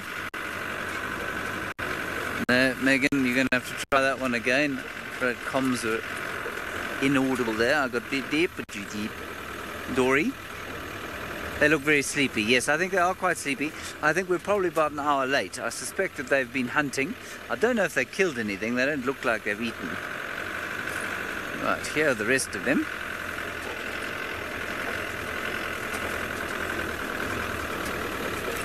Hello, chaps.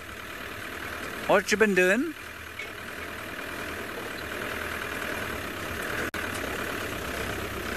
A little bit nervy.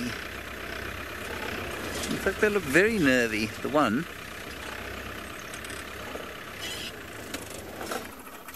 I don't know that this is the Owinos. If you look at the middle one there, just putting her head down and giving a bit of a tail flick. No, that looks... No, I don't know. That's a youngster. Adult lioness to the left. Adult lioness on the termite mound. So maybe those are the two adults, and then we've got three youngsters.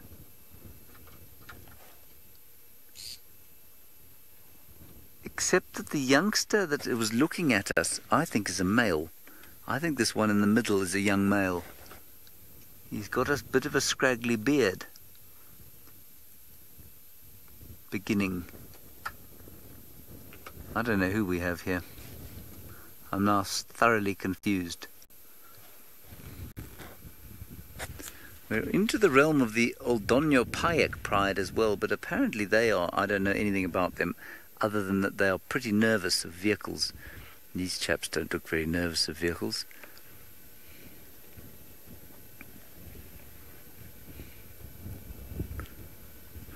I'm not getting much feedback from any of you lot. Right, Koshti, well, where we are in the Mara is pretty much on the Tanzanian border. We're about oh, I don't know, probably 2 kilometers north of the Tanzanian border, pretty much backed up against the Olololo escarpment, so southwestern corner of the Mara Triangle. Yeah, not far from the Tanzanian border at this stage. So I don't know. I don't know who we're looking at here. I'm pretty sure we've got 2 young males, 3 females.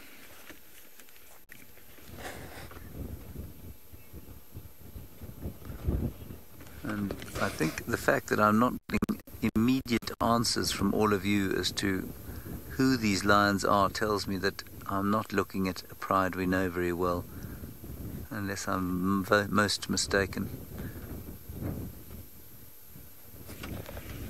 I don't know of a pride with 2 young males in it. Well, nice that there's a bit of mystery around. And the reason I say the one in the middle is a young male, if you look at him, he is very clearly young from his face. He's got an entirely pink nose, but you can see either side of his cheeks there is a little bit of hair starting to grow, and down his chest.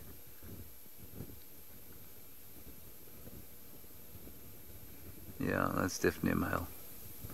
Definitely the beginnings of a mane coming there.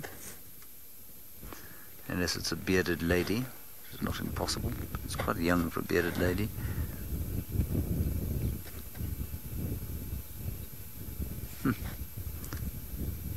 Well, I think we'll probably sit with these chaps another 5 minutes or so, and then we'll head on and see if we can't find Mysteria and the cheetah. We'll head a little bit further north. Oh, there are more lions. There are more lions coming out now from exactly where we were driving. 2 lionesses, 2 big lionesses, probably of the Sausage Tree Pride. Let me just swing the car slightly. And in fact, these lions here have looked that direction.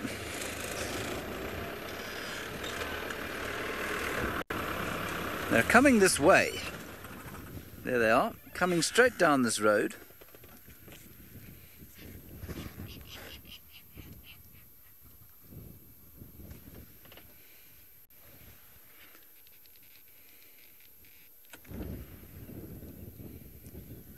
Now I'm thoroughly confused. Let's see how this plays out. Alright, we're going to wait for these lions to arrive here while you go across to Brent with some elephant.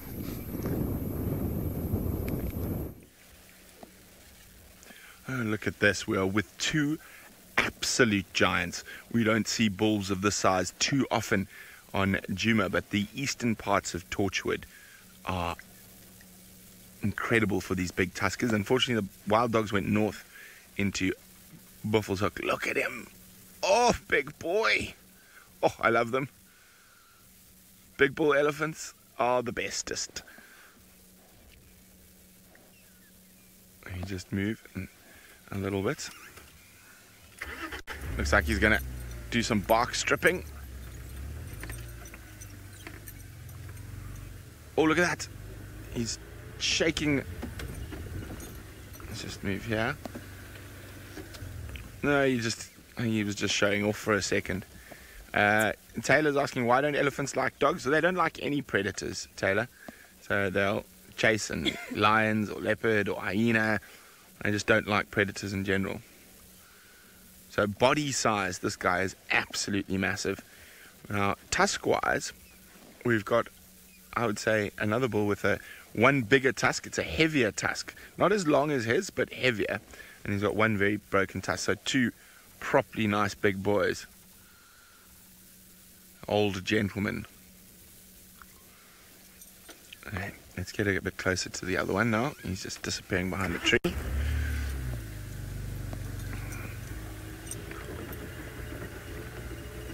Oh, they are gorgeous, these 2 boys.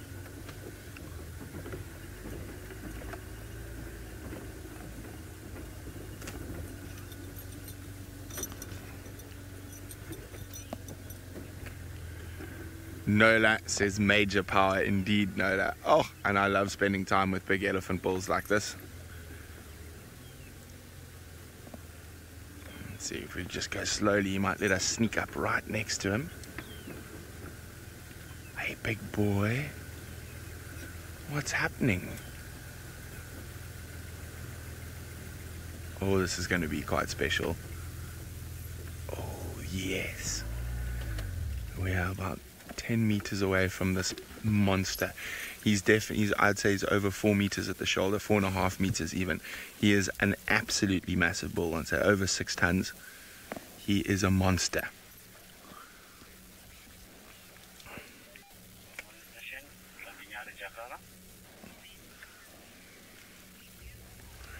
Caroline says, oh, please be careful. Don't worry, Caroline. I have much experience with these big bulls, and they are truly gentle old giants. I mean, they're much more calm than breeding herds, and you can get very close to these big bulls. Hey, mister.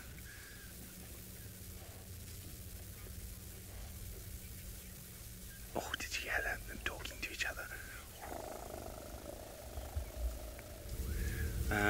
I'd say these guys are probably late 40s, early 50s. Maybe, yeah, 45 at the youngest.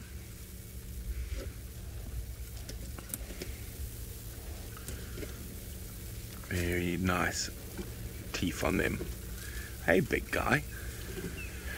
Now, if we look at his tusks, you can see that his right tusk is his dominant tusk. You can see, look at that swagger. Okay, but we're going to send you back to the Mara quickly because those mystery lions are approaching more mystery lions. So it's going to be interesting to see how that plays out thousands of kilometers to the north of us in the Mara. Coming straight towards us. And the ones on the right-hand side of where we're sitting are now fast asleep and not vaguely worried about these three. One of them did spot the new arrival, so obviously they know them.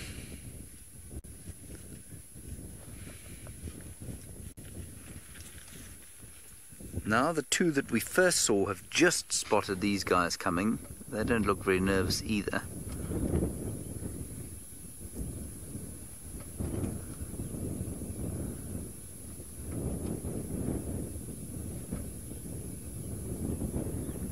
Oh, this is great. Isn't that beautiful? Just a wonderful shot of them coming across the plains.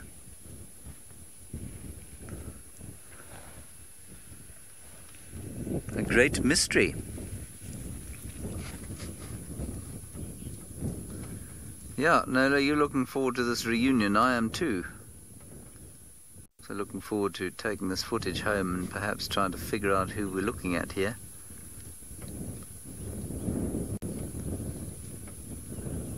Now, for those of you who don't know, Sausage Tree Pride is most easily recognised by the lioness Kinky Tail, who has, unsurprisingly, a kink in her tail. I tried to make a joke about that the other night, but I'm not sure it went down so well.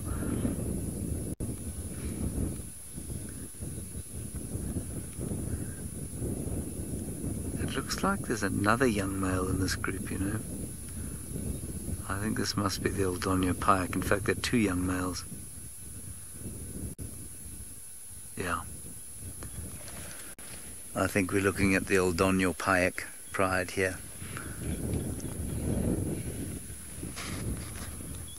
I'm just saying that because of the what looked like a number of young males. Yeah, this chap in front of us is a young male.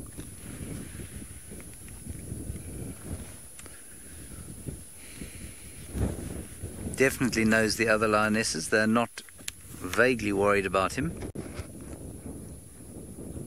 Showing no signs of alarm.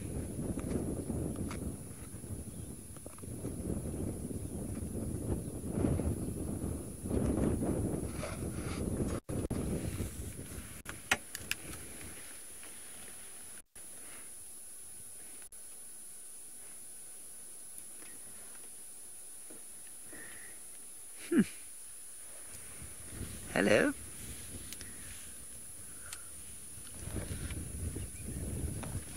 Painted wolf, the reason they're not calling at each other is because they can see each other. There's no point.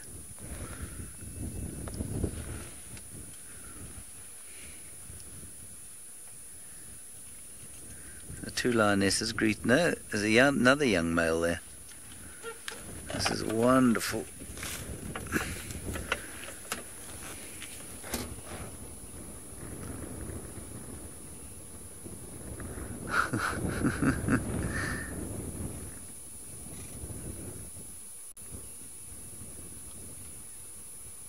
Isn't that great?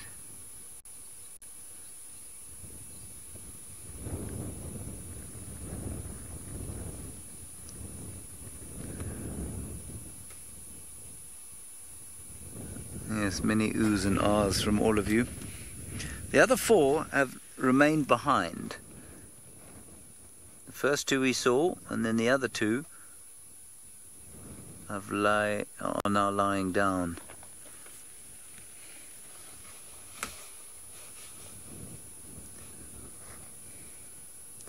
Very interesting. It's a little greeting ceremony going on here. Perhaps they split up during a hunt. Doesn't look like any of them have eaten. None of them have any blood on their faces.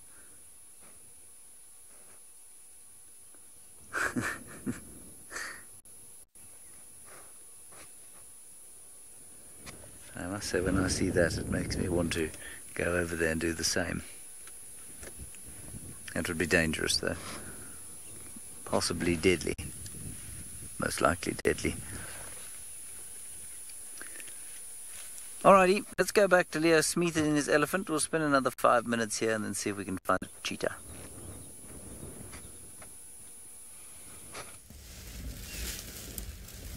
Look at this, he's coming closer to us. He is monstrous. Absolutely monstrous. Now, you'll see he's going to dwarf the other Ellie bull, body size wise. And that other Ellie bull is not small, but look at the size difference. It is incredible, the size difference between these two. So I say this is a truly monster bull on the left. And the other guy is no slouch.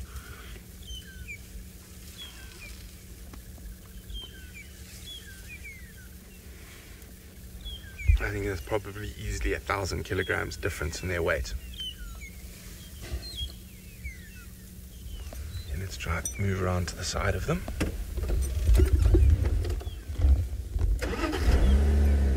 See, always let that car run for a few seconds. Even though I know these boys are relaxed, don't want to give them a surprise. And I'm in low range, so my revs are low. I don't have to make a lot of noise when I move with the car engine. And it's some of the ways to make sure that when you're spending time close to elephants, that you don't upset them. Hey boys.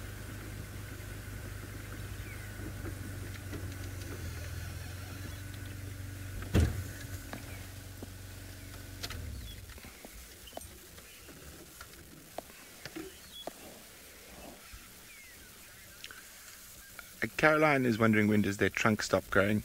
When they reach full adulthood, so probably about 25 years old.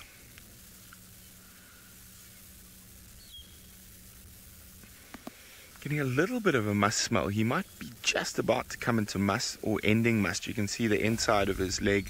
There's a bit of moisture. But he's definitely not in full must, because it would smell a lot more. Now that I'm downwind, I'm getting a slight musty smell. You can see how the inside of his leg is wet, which is a sign of must. But he's either just about to start must or just coming out of it. The fact that he's still hanging on with another big bull means he's probably coming out of must now. Now, must is a very difficult smell to try to describe. And the closest description I've had it was from Wiem. He used to be a cameraman here. And unfortunately, most of you won't know what orange oros is. Oros is like a concentrated fruit drink. Now, VM says it smells like off Oros. How VM knows what off Oros smells like, I have no idea. Craig, can you do me a favour? Is that a little owl? I think it could be. A little owlet in that tree. Is it? Yes. A bit far to see which one. Is it a pearl spotted? I can't really see. Hello, Angry. Actually, I think it's a little... Could be a little barred or pearl spotted. We're a bit far. And the light's a bit flat. Do you see eyes on the back of the head? Ah, yeah, pearl spotted. Well done, Craig. Little pearl spotted owlet. Oh, let's come back to the boys. Oh man, he's massive. Yeah, you're very big. He might come and give us a little look. So he's very close to us now, less than 5 meters. Hey, big boy, look how awesome that is. Monster Ellie. Not perturbed with us in the slightest.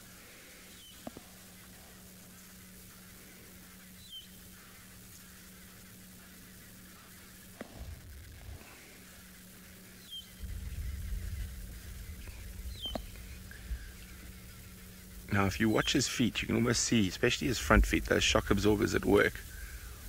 As he puts his... Oh, he's going to stop now, of course. No, doop, and just watch how they take that massive weight.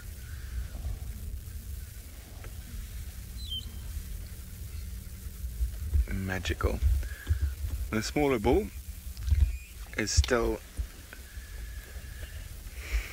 sitting here. I'm going to stay with these Ellies. I love spending time with big Ellie bulls, and I've been really lucky this morning. Wild dogs and big elephant bulls, I'm in 7th heaven. In the meantime, let's go see how the little chief and the birthday boy are doing. Well, Brent, I think we're all getting what we want this morning, which is very, very good. So we're sitting with Hosana. He's back onto the dam wall now. He's watching the hyenas down below, and he's just taking it very easy and looking about as regal as you could ever imagine from a leopard on a little throne that is Buffelshoek Dam wall. And it's always nice when we get him here because it's almost like being eye level with him, and if he just turns to face us, it'll be very, very pretty. But the moment he's just watching hyenas that are down below, there you go, you can see he's just watching the last of that being fed on. Now, knowing him, in all likelihood he's probably wanting to go and actually take that carcass for himself because he wants to be able to eat it. Even though he's got a carcass of his own, you probably find that in some ways he's thinking, well, maybe I can get that and I can actually feed off it and be able to eat it myself. Now, I wouldn't be surprised if that's the case. We know Hosana how he can be. He's a funny cat when it comes to these kind of things. So we'll just have to wait and see whether or not he's going to attempt a theft or if he's going to be happy just to watch them. I suppose he's got such a full belly, he doesn't really need to be thieving from anybody, but he's that way inclined. I suppose food is food, and you never know when food's going to come along. The problem is that carcass is all but done now. He's pretty much kind of, the hyenas have pretty much fed on everything, and so there really isn't anything left for him at this stage. He's in a kind of place where he's going to watch them just, I suppose, finish everything. And even if he did try and steal it, I doubt that there's going to be much in the way of any food left for him.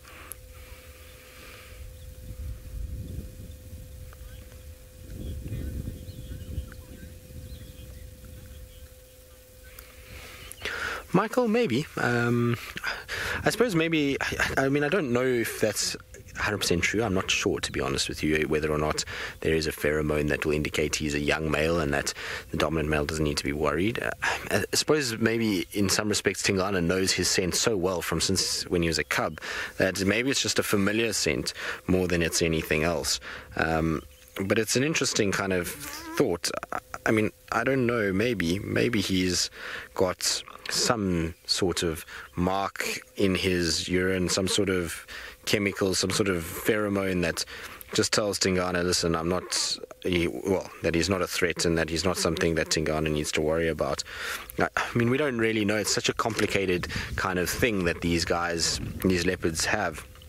And their ability to analyze scent is probably a lot better than what we even give them credit for. And so I suppose there must be something that Tingana realizes, because his reaction to Hosana's scent as opposed to maybe some of the other males that would mark is very different. He's not tolerant. He's tolerant of him, but I think if Hukamuri's scent marked, you probably find that he would be a lot more aggressive about it. Maybe it's something to do with testosterone levels. You might find that the testosterone levels within Hosana's urine is maybe not as much, and maybe they're susceptible to testosterone levels. So in some ways they're able to work out what testosterone these cats carry within their urine, and that's maybe how they do all of this. It's tricky to know, though. I mean, we obviously don't have any concrete evidence of that, but it would make sense if that were the case. I think so anyway. I might be wrong, but that's how I would see it.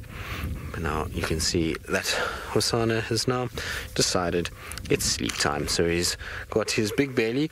There's no sun really that's out. It's a perfect morning just to be lying right out in the open and having a really good rest. Now, whether or not he's going to stay like that, I'm not quite sure. It depends, I suppose, a lot on whether the hyenas decide to come and forcibly remove him from the dam wall, or if he's going to have to just kind of enjoy his nap and take it easy. Knowing Hosana, though, he's such a busy cat that he'll be up and down, and maybe when this hyena moves off, which I think is what he's hoping for, he can go down and have a drink. That's maybe why he's come up here, and because that hyena's still down below, he's decided he's not going to have water just yet. He'll wait until such time as these hyenas are done with whatever they need to be doing, and will then kind of go down and do his thing.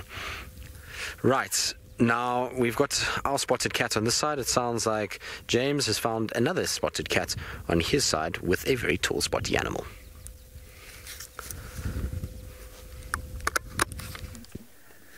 Now, I think we're live. We've got a serval there, somewhere in that grass. It was heading straight towards us and is not far away. It's much closer than the other one was. Unbelievable. That's the third one we've seen today. Not far from the car at all.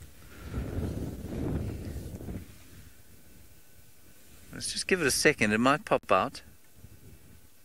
They seem to be very relaxed in this area. Somewhere next to that diagonal log that you can see, and in front of that.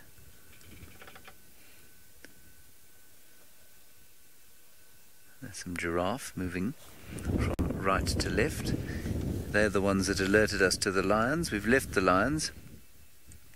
We're going to see if we can't quickly pick up a cheetah before the end of the drive, as one does, you know. Let's just see if that serval pops out. Come on, serval. Quite something to show you two servals in one morning. It looked like it was feeding on something. Maybe it's got a little bird, a hapless cisticola.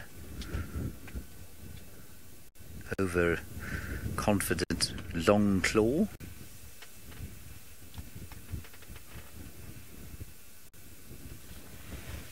No, it ain't there anymore. Lots of zebra around here. Perhaps some sausage tree lions somewhere.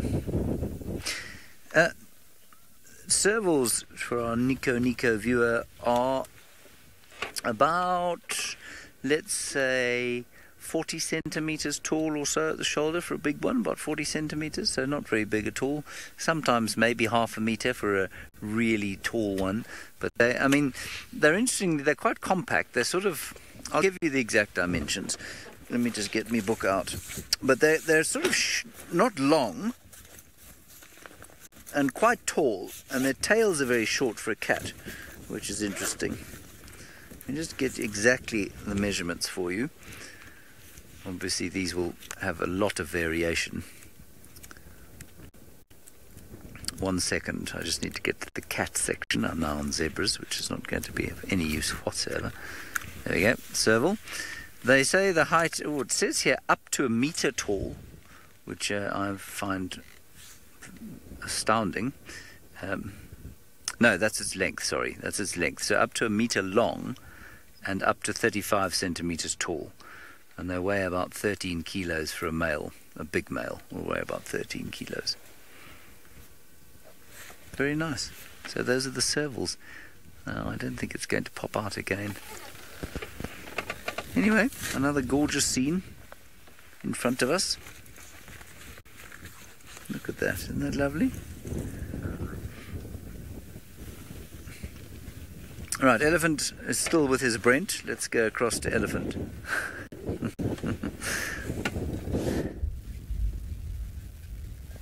Are we still with these wonderful, relaxed boys? Just slowly feeding through the dry bushveld. Sorry.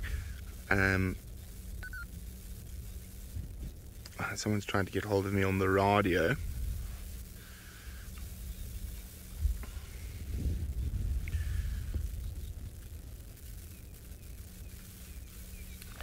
Sorry, I'm on a handheld, so comms aren't great, but the two big Ellie Tuskers are now on Lion Tree Road, just to the west of Rhino Pan.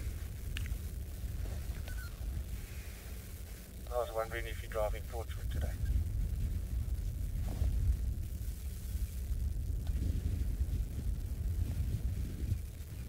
Sorry about that, everyone. Isn't that awesome? Gentle giants. They're about to head off into some thicker bush, and I'm not going to disturb them. And this is the area where little Salamba has been hanging around as well. So hopefully we might get extra lucky and find a little leopard as well.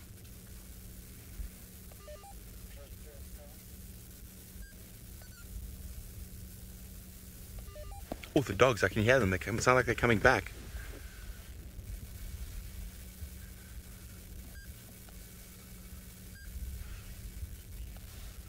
So I'm just listening. You could hear dogs calling again.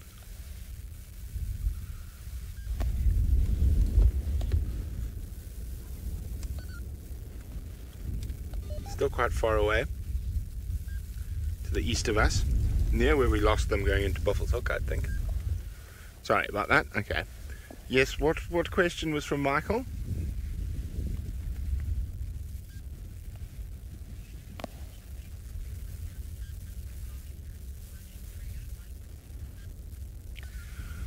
Michael's wondering why we don't see as many big bulls and tuskers in the Sabi Sands as we do in Kruger.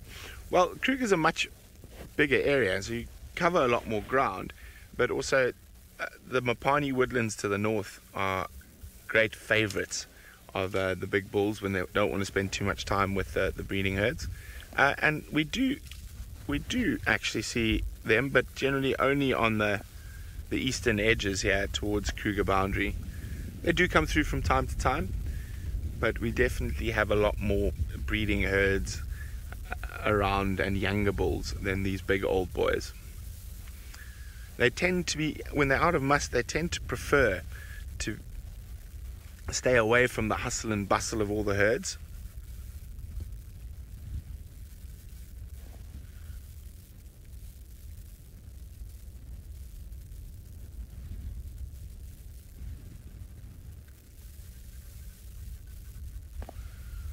Beautiful. Very peaceful spending time with these big boys.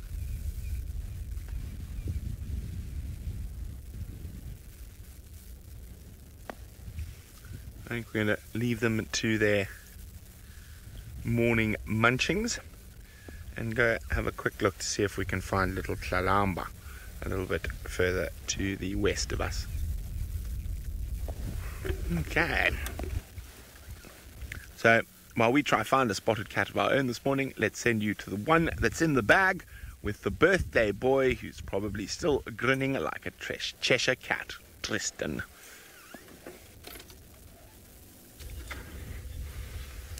Indeed, we are still smiling. It's been a good morning, hasn't it? I think Brenty has had a fantastic morning on his own own regard, and sounds like James has had a pretty good one too on his side. So everybody seems to have been winning this morning, which is always good.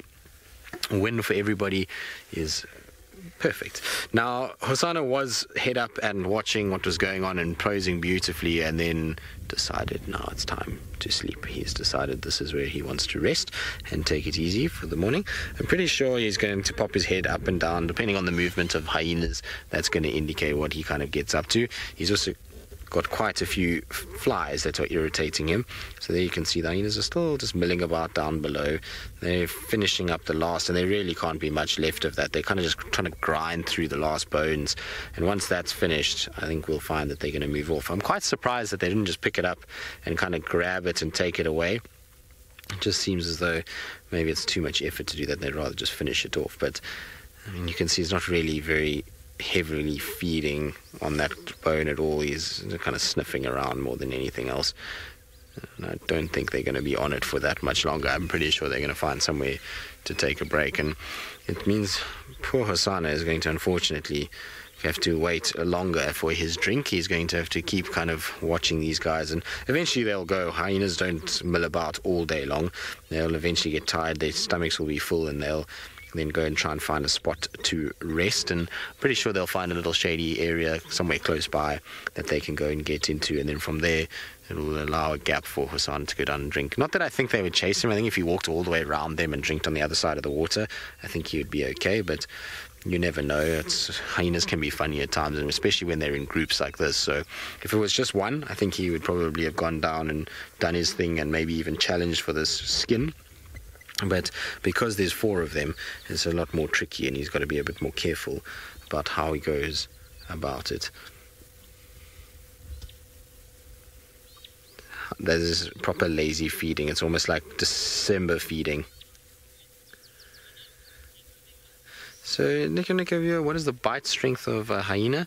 Well, obviously hyenas have the strongest bite force of all of our land-based mammals that we have out here. What that actual figure is in PSI, I'm not 100% sure. It's quite a lot, though. I can tell you that they have a much stronger bite than all the rest of them. But the exact number, I can't remember, to be honest with you. I've read it countless times, and I should remember these things, but I don't, to be honest. And I'm sorry about that.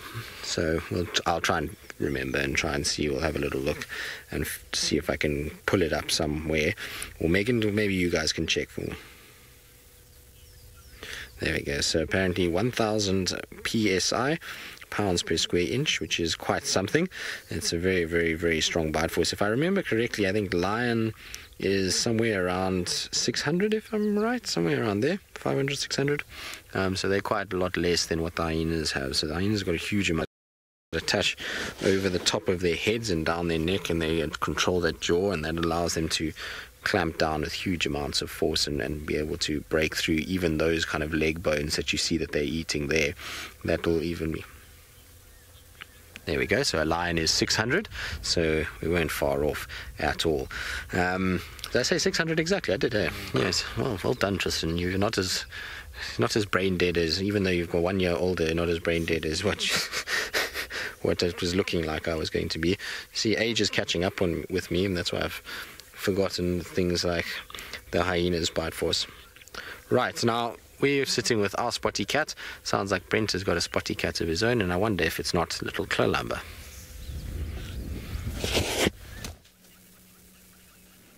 Indeed, Tristan, it is the little Clolumber. Hello, Trouble. Now, Mom hasn't been back yet because she's in a very similar area to where she's been. But as I said, that is completely normal behavior for leopards. When they do get to about a year old, the females will start spending less and less time with them, and they become more and more independent.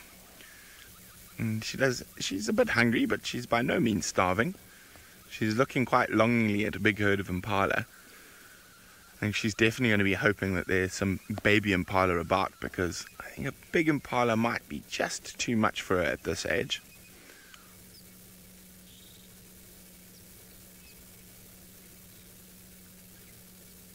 as we were driving down the road, we're not even 100 meters, 200 meters from where we had those big Ellie bulls.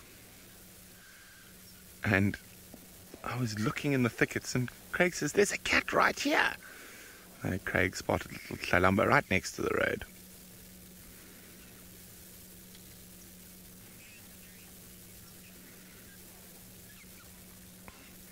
It truly has been a wonderful morning. Dogs, big Ellie bulls, Hosanna, Tlalamba. Oh, big yawn coming. Oh, tired kitty.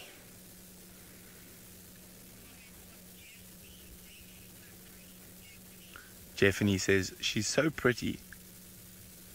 Indeed she is. She's looking at these impala. Who knows? Maybe she has got the skills to take down an adult. She's not far from them. I think she might be a little bit small for an adult impala just yet. Probably stick to guinea fowls and scrub hares and the like. And how the impala haven't spotted her yet, I do not know.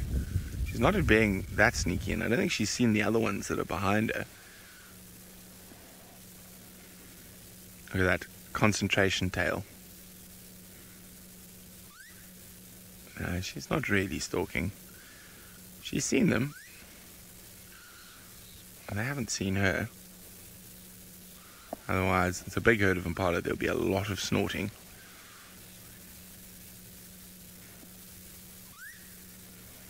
Yeah, the black-headed oriole calling.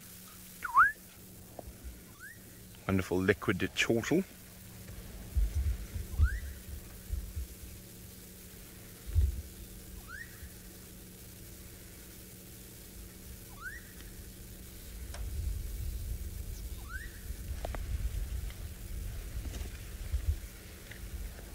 Just want to reverse a little bit while she's behind that quarry bush. Oh, she's a clever kitty. As soon as I started the car, she's using the sound of the car to move closer to the impala. Sneaky Tlalamba, sneaky. Oh.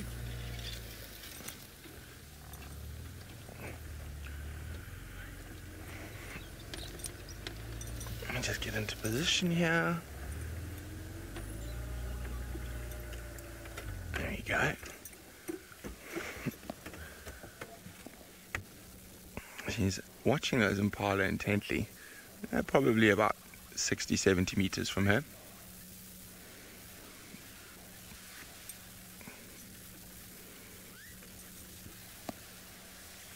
You can see how she disappears into the grass very easily.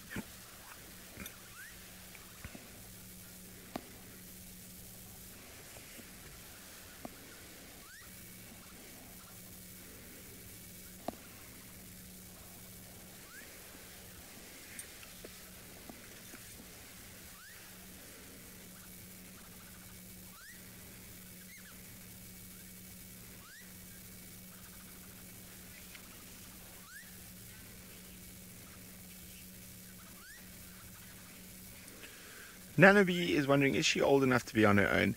If Mom's around, she's definitely still going to be dependent on Mom. But Thandi does leave her cubs to their own devices quite young. She did the same thing with Tamba. I don't think she's abandoned Tlalamba just yet, but the time is coming. The youngest record of a leopard going into independence and surviving it was 7 months. But that is very unusual. The mom got killed. But I think Thandi will look after Tlalamba for a couple more months, and maybe until she's about 14 months. But there will be patches where Thandi will spend less and less time. You can just see her little tail there. And she's sneaking. Sneaky Tlalamba.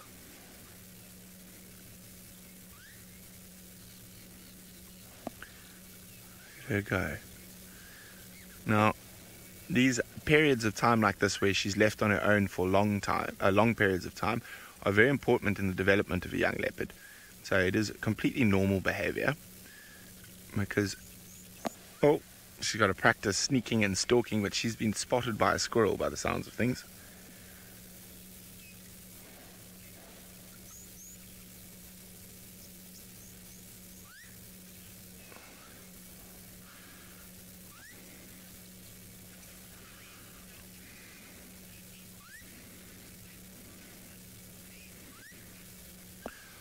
Dr. Rob says she seems better at stalking than Hasana was at this age. Or she's just going to flop on the termite mound. I wouldn't say so. I'd say they're probably on par. Hasana had the joy of the wet season, so he could just munch all the terrapins he wanted to his heart's content. So did Shongile. But the rains are coming. I think she's going to just park herself on that termite mound to watch those impala. As I say, I think they're a bit out of her depth at the moment. She needs to grow a bit more.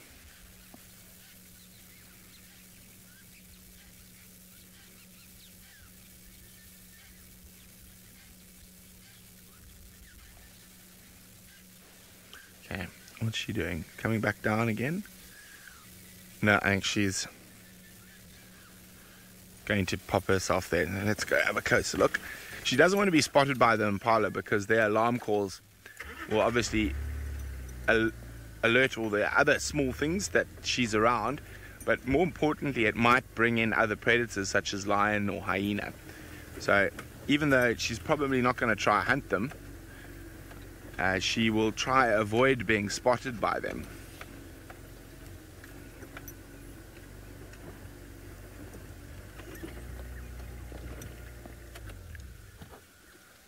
Kyle's wondering, do I think she would be able to take down and kill a duiker? Yes, I do. I think she's definitely big enough. Duiker or steenbok, fair game. Scrub hares, franklins, guinea fowl.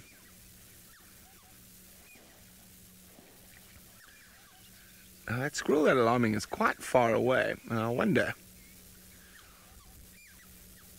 if Thandi might not be on her way back. But squirrels do have good eyesight and do spot the leopards from some distance. So it could be shouting at Tlalamba. Well, we're definitely gonna sit it out here for the rest of the safari. Hopefully Thandi does make an appearance. The last time we were at Tlalamba at sort of this time of the morning, just before the end of the safari, Thandi did make an appearance. So maybe she'll do the same again.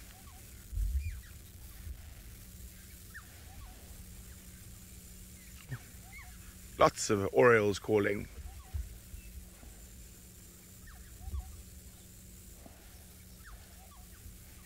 Just keeping an eye on the little river system to the north of us to see if Thandi is on her way back. But while we play the patience game here, let's send you back to Tristan and the little chief. Well, I'm glad that Brenty managed to find little Tlalamba, and yes, hopefully Thandi will come back. I find it completely ridiculous that it was mentioned that she's a bad mother yesterday and that she's abandoned Tlalamba. It's in no ways the case. So Thandi has got to be one of the most successful mothers that is in this area. She has yet to lose a complete litter. So yes, she's lost some cubs, but she has raised all of her litters. Now, Seb, is your camera doing something funny? Checking the money. I don't know if FC. How's the picture in FC Megs? Megs, are you getting a stutter in your picture? Because on my monitor, there's something going awfully wrong on here. Okay. That's good. Interesting. Okay. Well, my monitor and my car is not doing very well at all. It's all kind of up and down. But anyway, so she's not a bad mother. She's just, that cub is of the age where she's going to start leaving it for longer periods of time. And Brent and I we went on a bumble last night, which is what we were talking about and why we found Hasana here. But we heard what sounded like mating leopards inside Little Gari. And I wonder if maybe, just maybe, Thandi isn't actually already mating with somebody. It could very well be possible, and it could very well be the case that she's left Tlalamba for that amount of time because of it. Now you'll notice getting towards, we'll kind of finish there with Thandi. I'm pretty sure she'll be back with Tlalamba fairly soon. I don't think she's abandoned her at all, and she definitely doesn't need to teach her hunting. It's an instinctual thing that will be taught. I mean, that will be learnt. So she'll just kind of be able to kind of use her instinct, and from practice she'll get it right rather than actually having an issue. Now, Hasana, you can see, has got his ears flattened, and that's because he's watching the saddle-billed stork at the moment with interest. There's also some impalas, so what I want to try and do, Seb, let's try and get round him, and then we can kind of get maybe a two-shot of the impalas and him watching from where he is. He might move a little bit because he's kind of looking around, and we're going to go past him. I'm going to try to go as slowly as possible. Hello, Hosanna. Sorry, my boy. I know we're below you here. You'll be okay. So he's going to probably lie down a little bit, but we'll try and just get past a fair distance. There we go. Seb, is that all right? Yeah, you should be able to get the impalas kind of behind him at the moment, and obviously he's kind of watching out and just checking around for all kinds of little things, and I suppose there's lots to keep his attention. This morning he's got impalas, he's got hyenas, and he's got a saddle-billed stork to watch, so lots on the go for a young cat like Hosanna, and we know he's curious at the best of time. But how cool is that? It's spots and impalas behind his spots, and that's him watching them in the distance. Now, of course, he doesn't have much cover between where those impalas are and where we are at the moment, but it's still a very cool kind of shot to see his sort of head and them in the background just sitting there. They haven't seen him, otherwise they would have snorted by now and alarm called. And so it's why it's a good spot for him to be in, is because he can very quickly and very easily be able to find the food that he needs. If he just is patient and waits, he can ambush all kinds of different things that come down towards Buffelshoek Dam for water. But look at that, isn't that cool? Well done, Seb. That's very, very cool. Antelope and a spotty cat in the foreground. I think it's quite cool. I like it. I think it's a very nice shot. So well done, Sebastian. Now, like I say, he's unlike Tlalamba. He's actually not hunting at the moment, so he's just kind of sitting and watching what's going on and, well, showing us his testicles right about now. Hosanna, what are you up to, boy?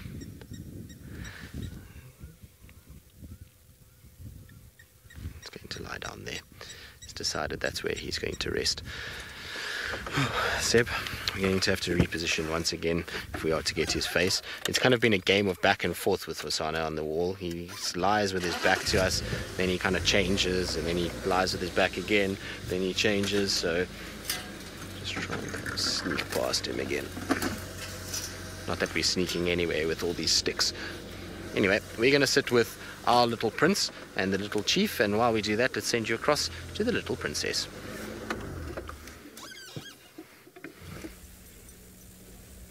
Yes, well, she's found her spot. Now, I think she'll probably be very close to here this afternoon. She's got a lovely termite mound with a bit of cover. And the impala have moved off that she's not as at risk of being spotted. And it looks like she's had a busy morning because those eyelids are getting heavy. Aren't they, little one? No sign of Mom appearing just yet.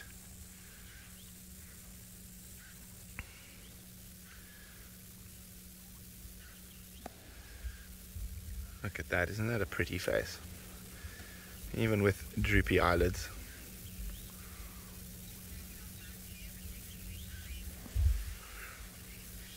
Oh, quickly across to the Mara because James is with some hyena.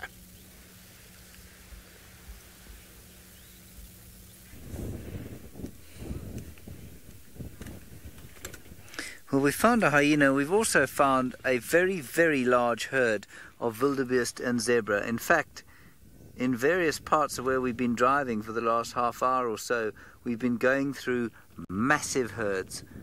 Now, we're in the far south still of the Mara, and there's not a lot to the north of us, but to the south, every hill is dotted with the wildebeest.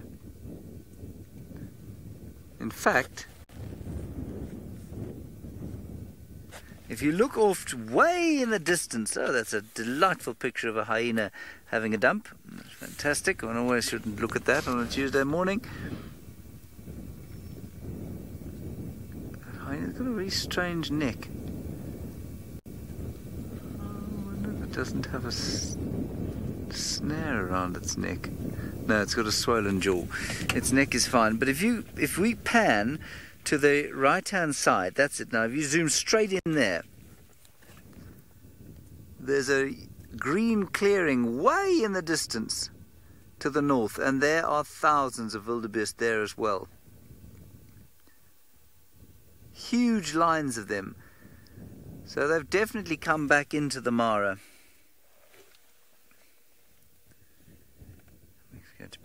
mean an exciting few weeks, I hope. Hopefully they'll hang around for a couple of weeks. No luck with the cheetah. I kind of gave up looking for her because of this massive number of animals, which just drew me into its ambit. I was unable to resist coming to see. I mean, it's quite phenomenal.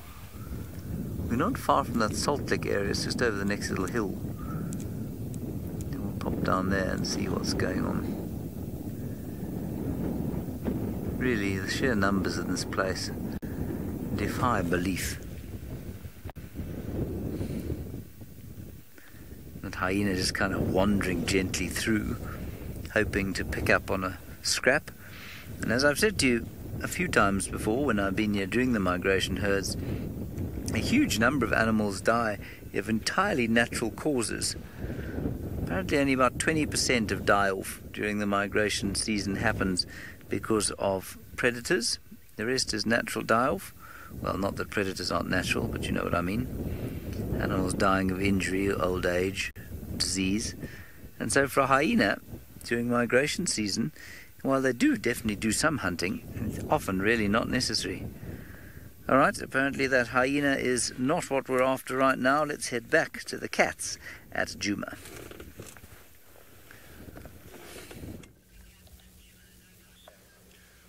Salamba seems to be getting more and more comfortable on her termite mound. The wild dogs can hear them from here, but unfortunately they're over that eastern ridge towards the Kruger boundary, where we don't have any signal. So I think we've been spoilt enough. And now we've got Salamba. Oh, she's doing a bit of de-ticking or de-fleeing. Getting rid of some of those pesky ectoparasites.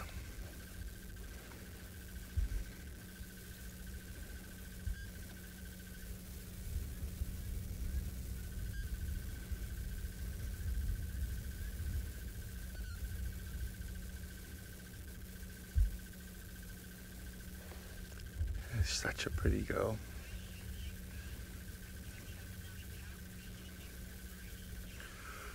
Lexa is wondering, will Thandi have another cub or is she too old already? I'm sure she'll have another cub, Lexa. I'm almost certain. And when her cubs get to about this age, Thandi actually often starts mating.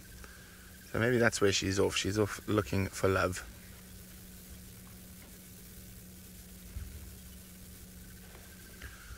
What are we doing now? We're just getting more comfortable, changing position on the termite mound. We're boring now, so she's turning her back to us.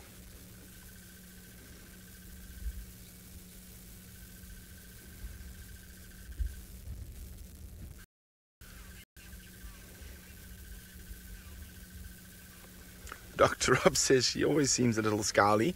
I don't think she's too scowly, and of course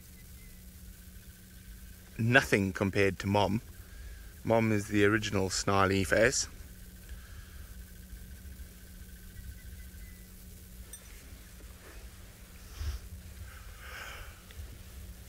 Hello, what you doing? Are we not that boring yet?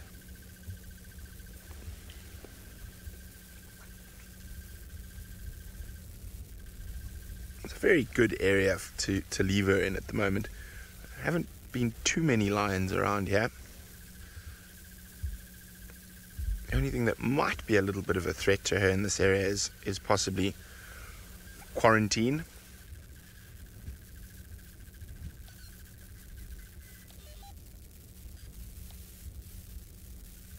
But she's super cautious, as we saw with when Thandi came through the other morning and she just saw a leopard. She didn't know it was her mom yet, and she disappeared off quickly before she was sure it was her mother.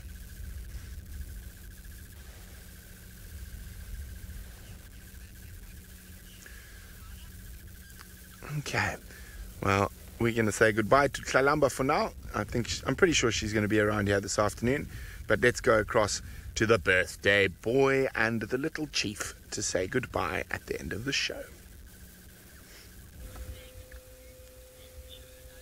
Well, we are sitting with the little chief, and you might notice that it's a very different angle that you're seeing, and Seb is doing extreme camera work right now. So what's basically happening is I'm going to take a photo of Seb and I'll share it just now so that you can all see what's going on. But Seb is basically balancing on the side of, well, not balancing on the side of the car, he's lying down and he's got the camera off the side so that you can get the lowest possible view of Hosanna. So you can just see how big he kind of looks in his environment. It's quite something that Seb is as stable as he is, because that is a seriously heavy rig, and doing what he's doing is seriously not easy. So Seb, well done, buddy. That looks absolutely awesome. It's a pity that Hosanna is not actually looking at us, because that would have been really nice.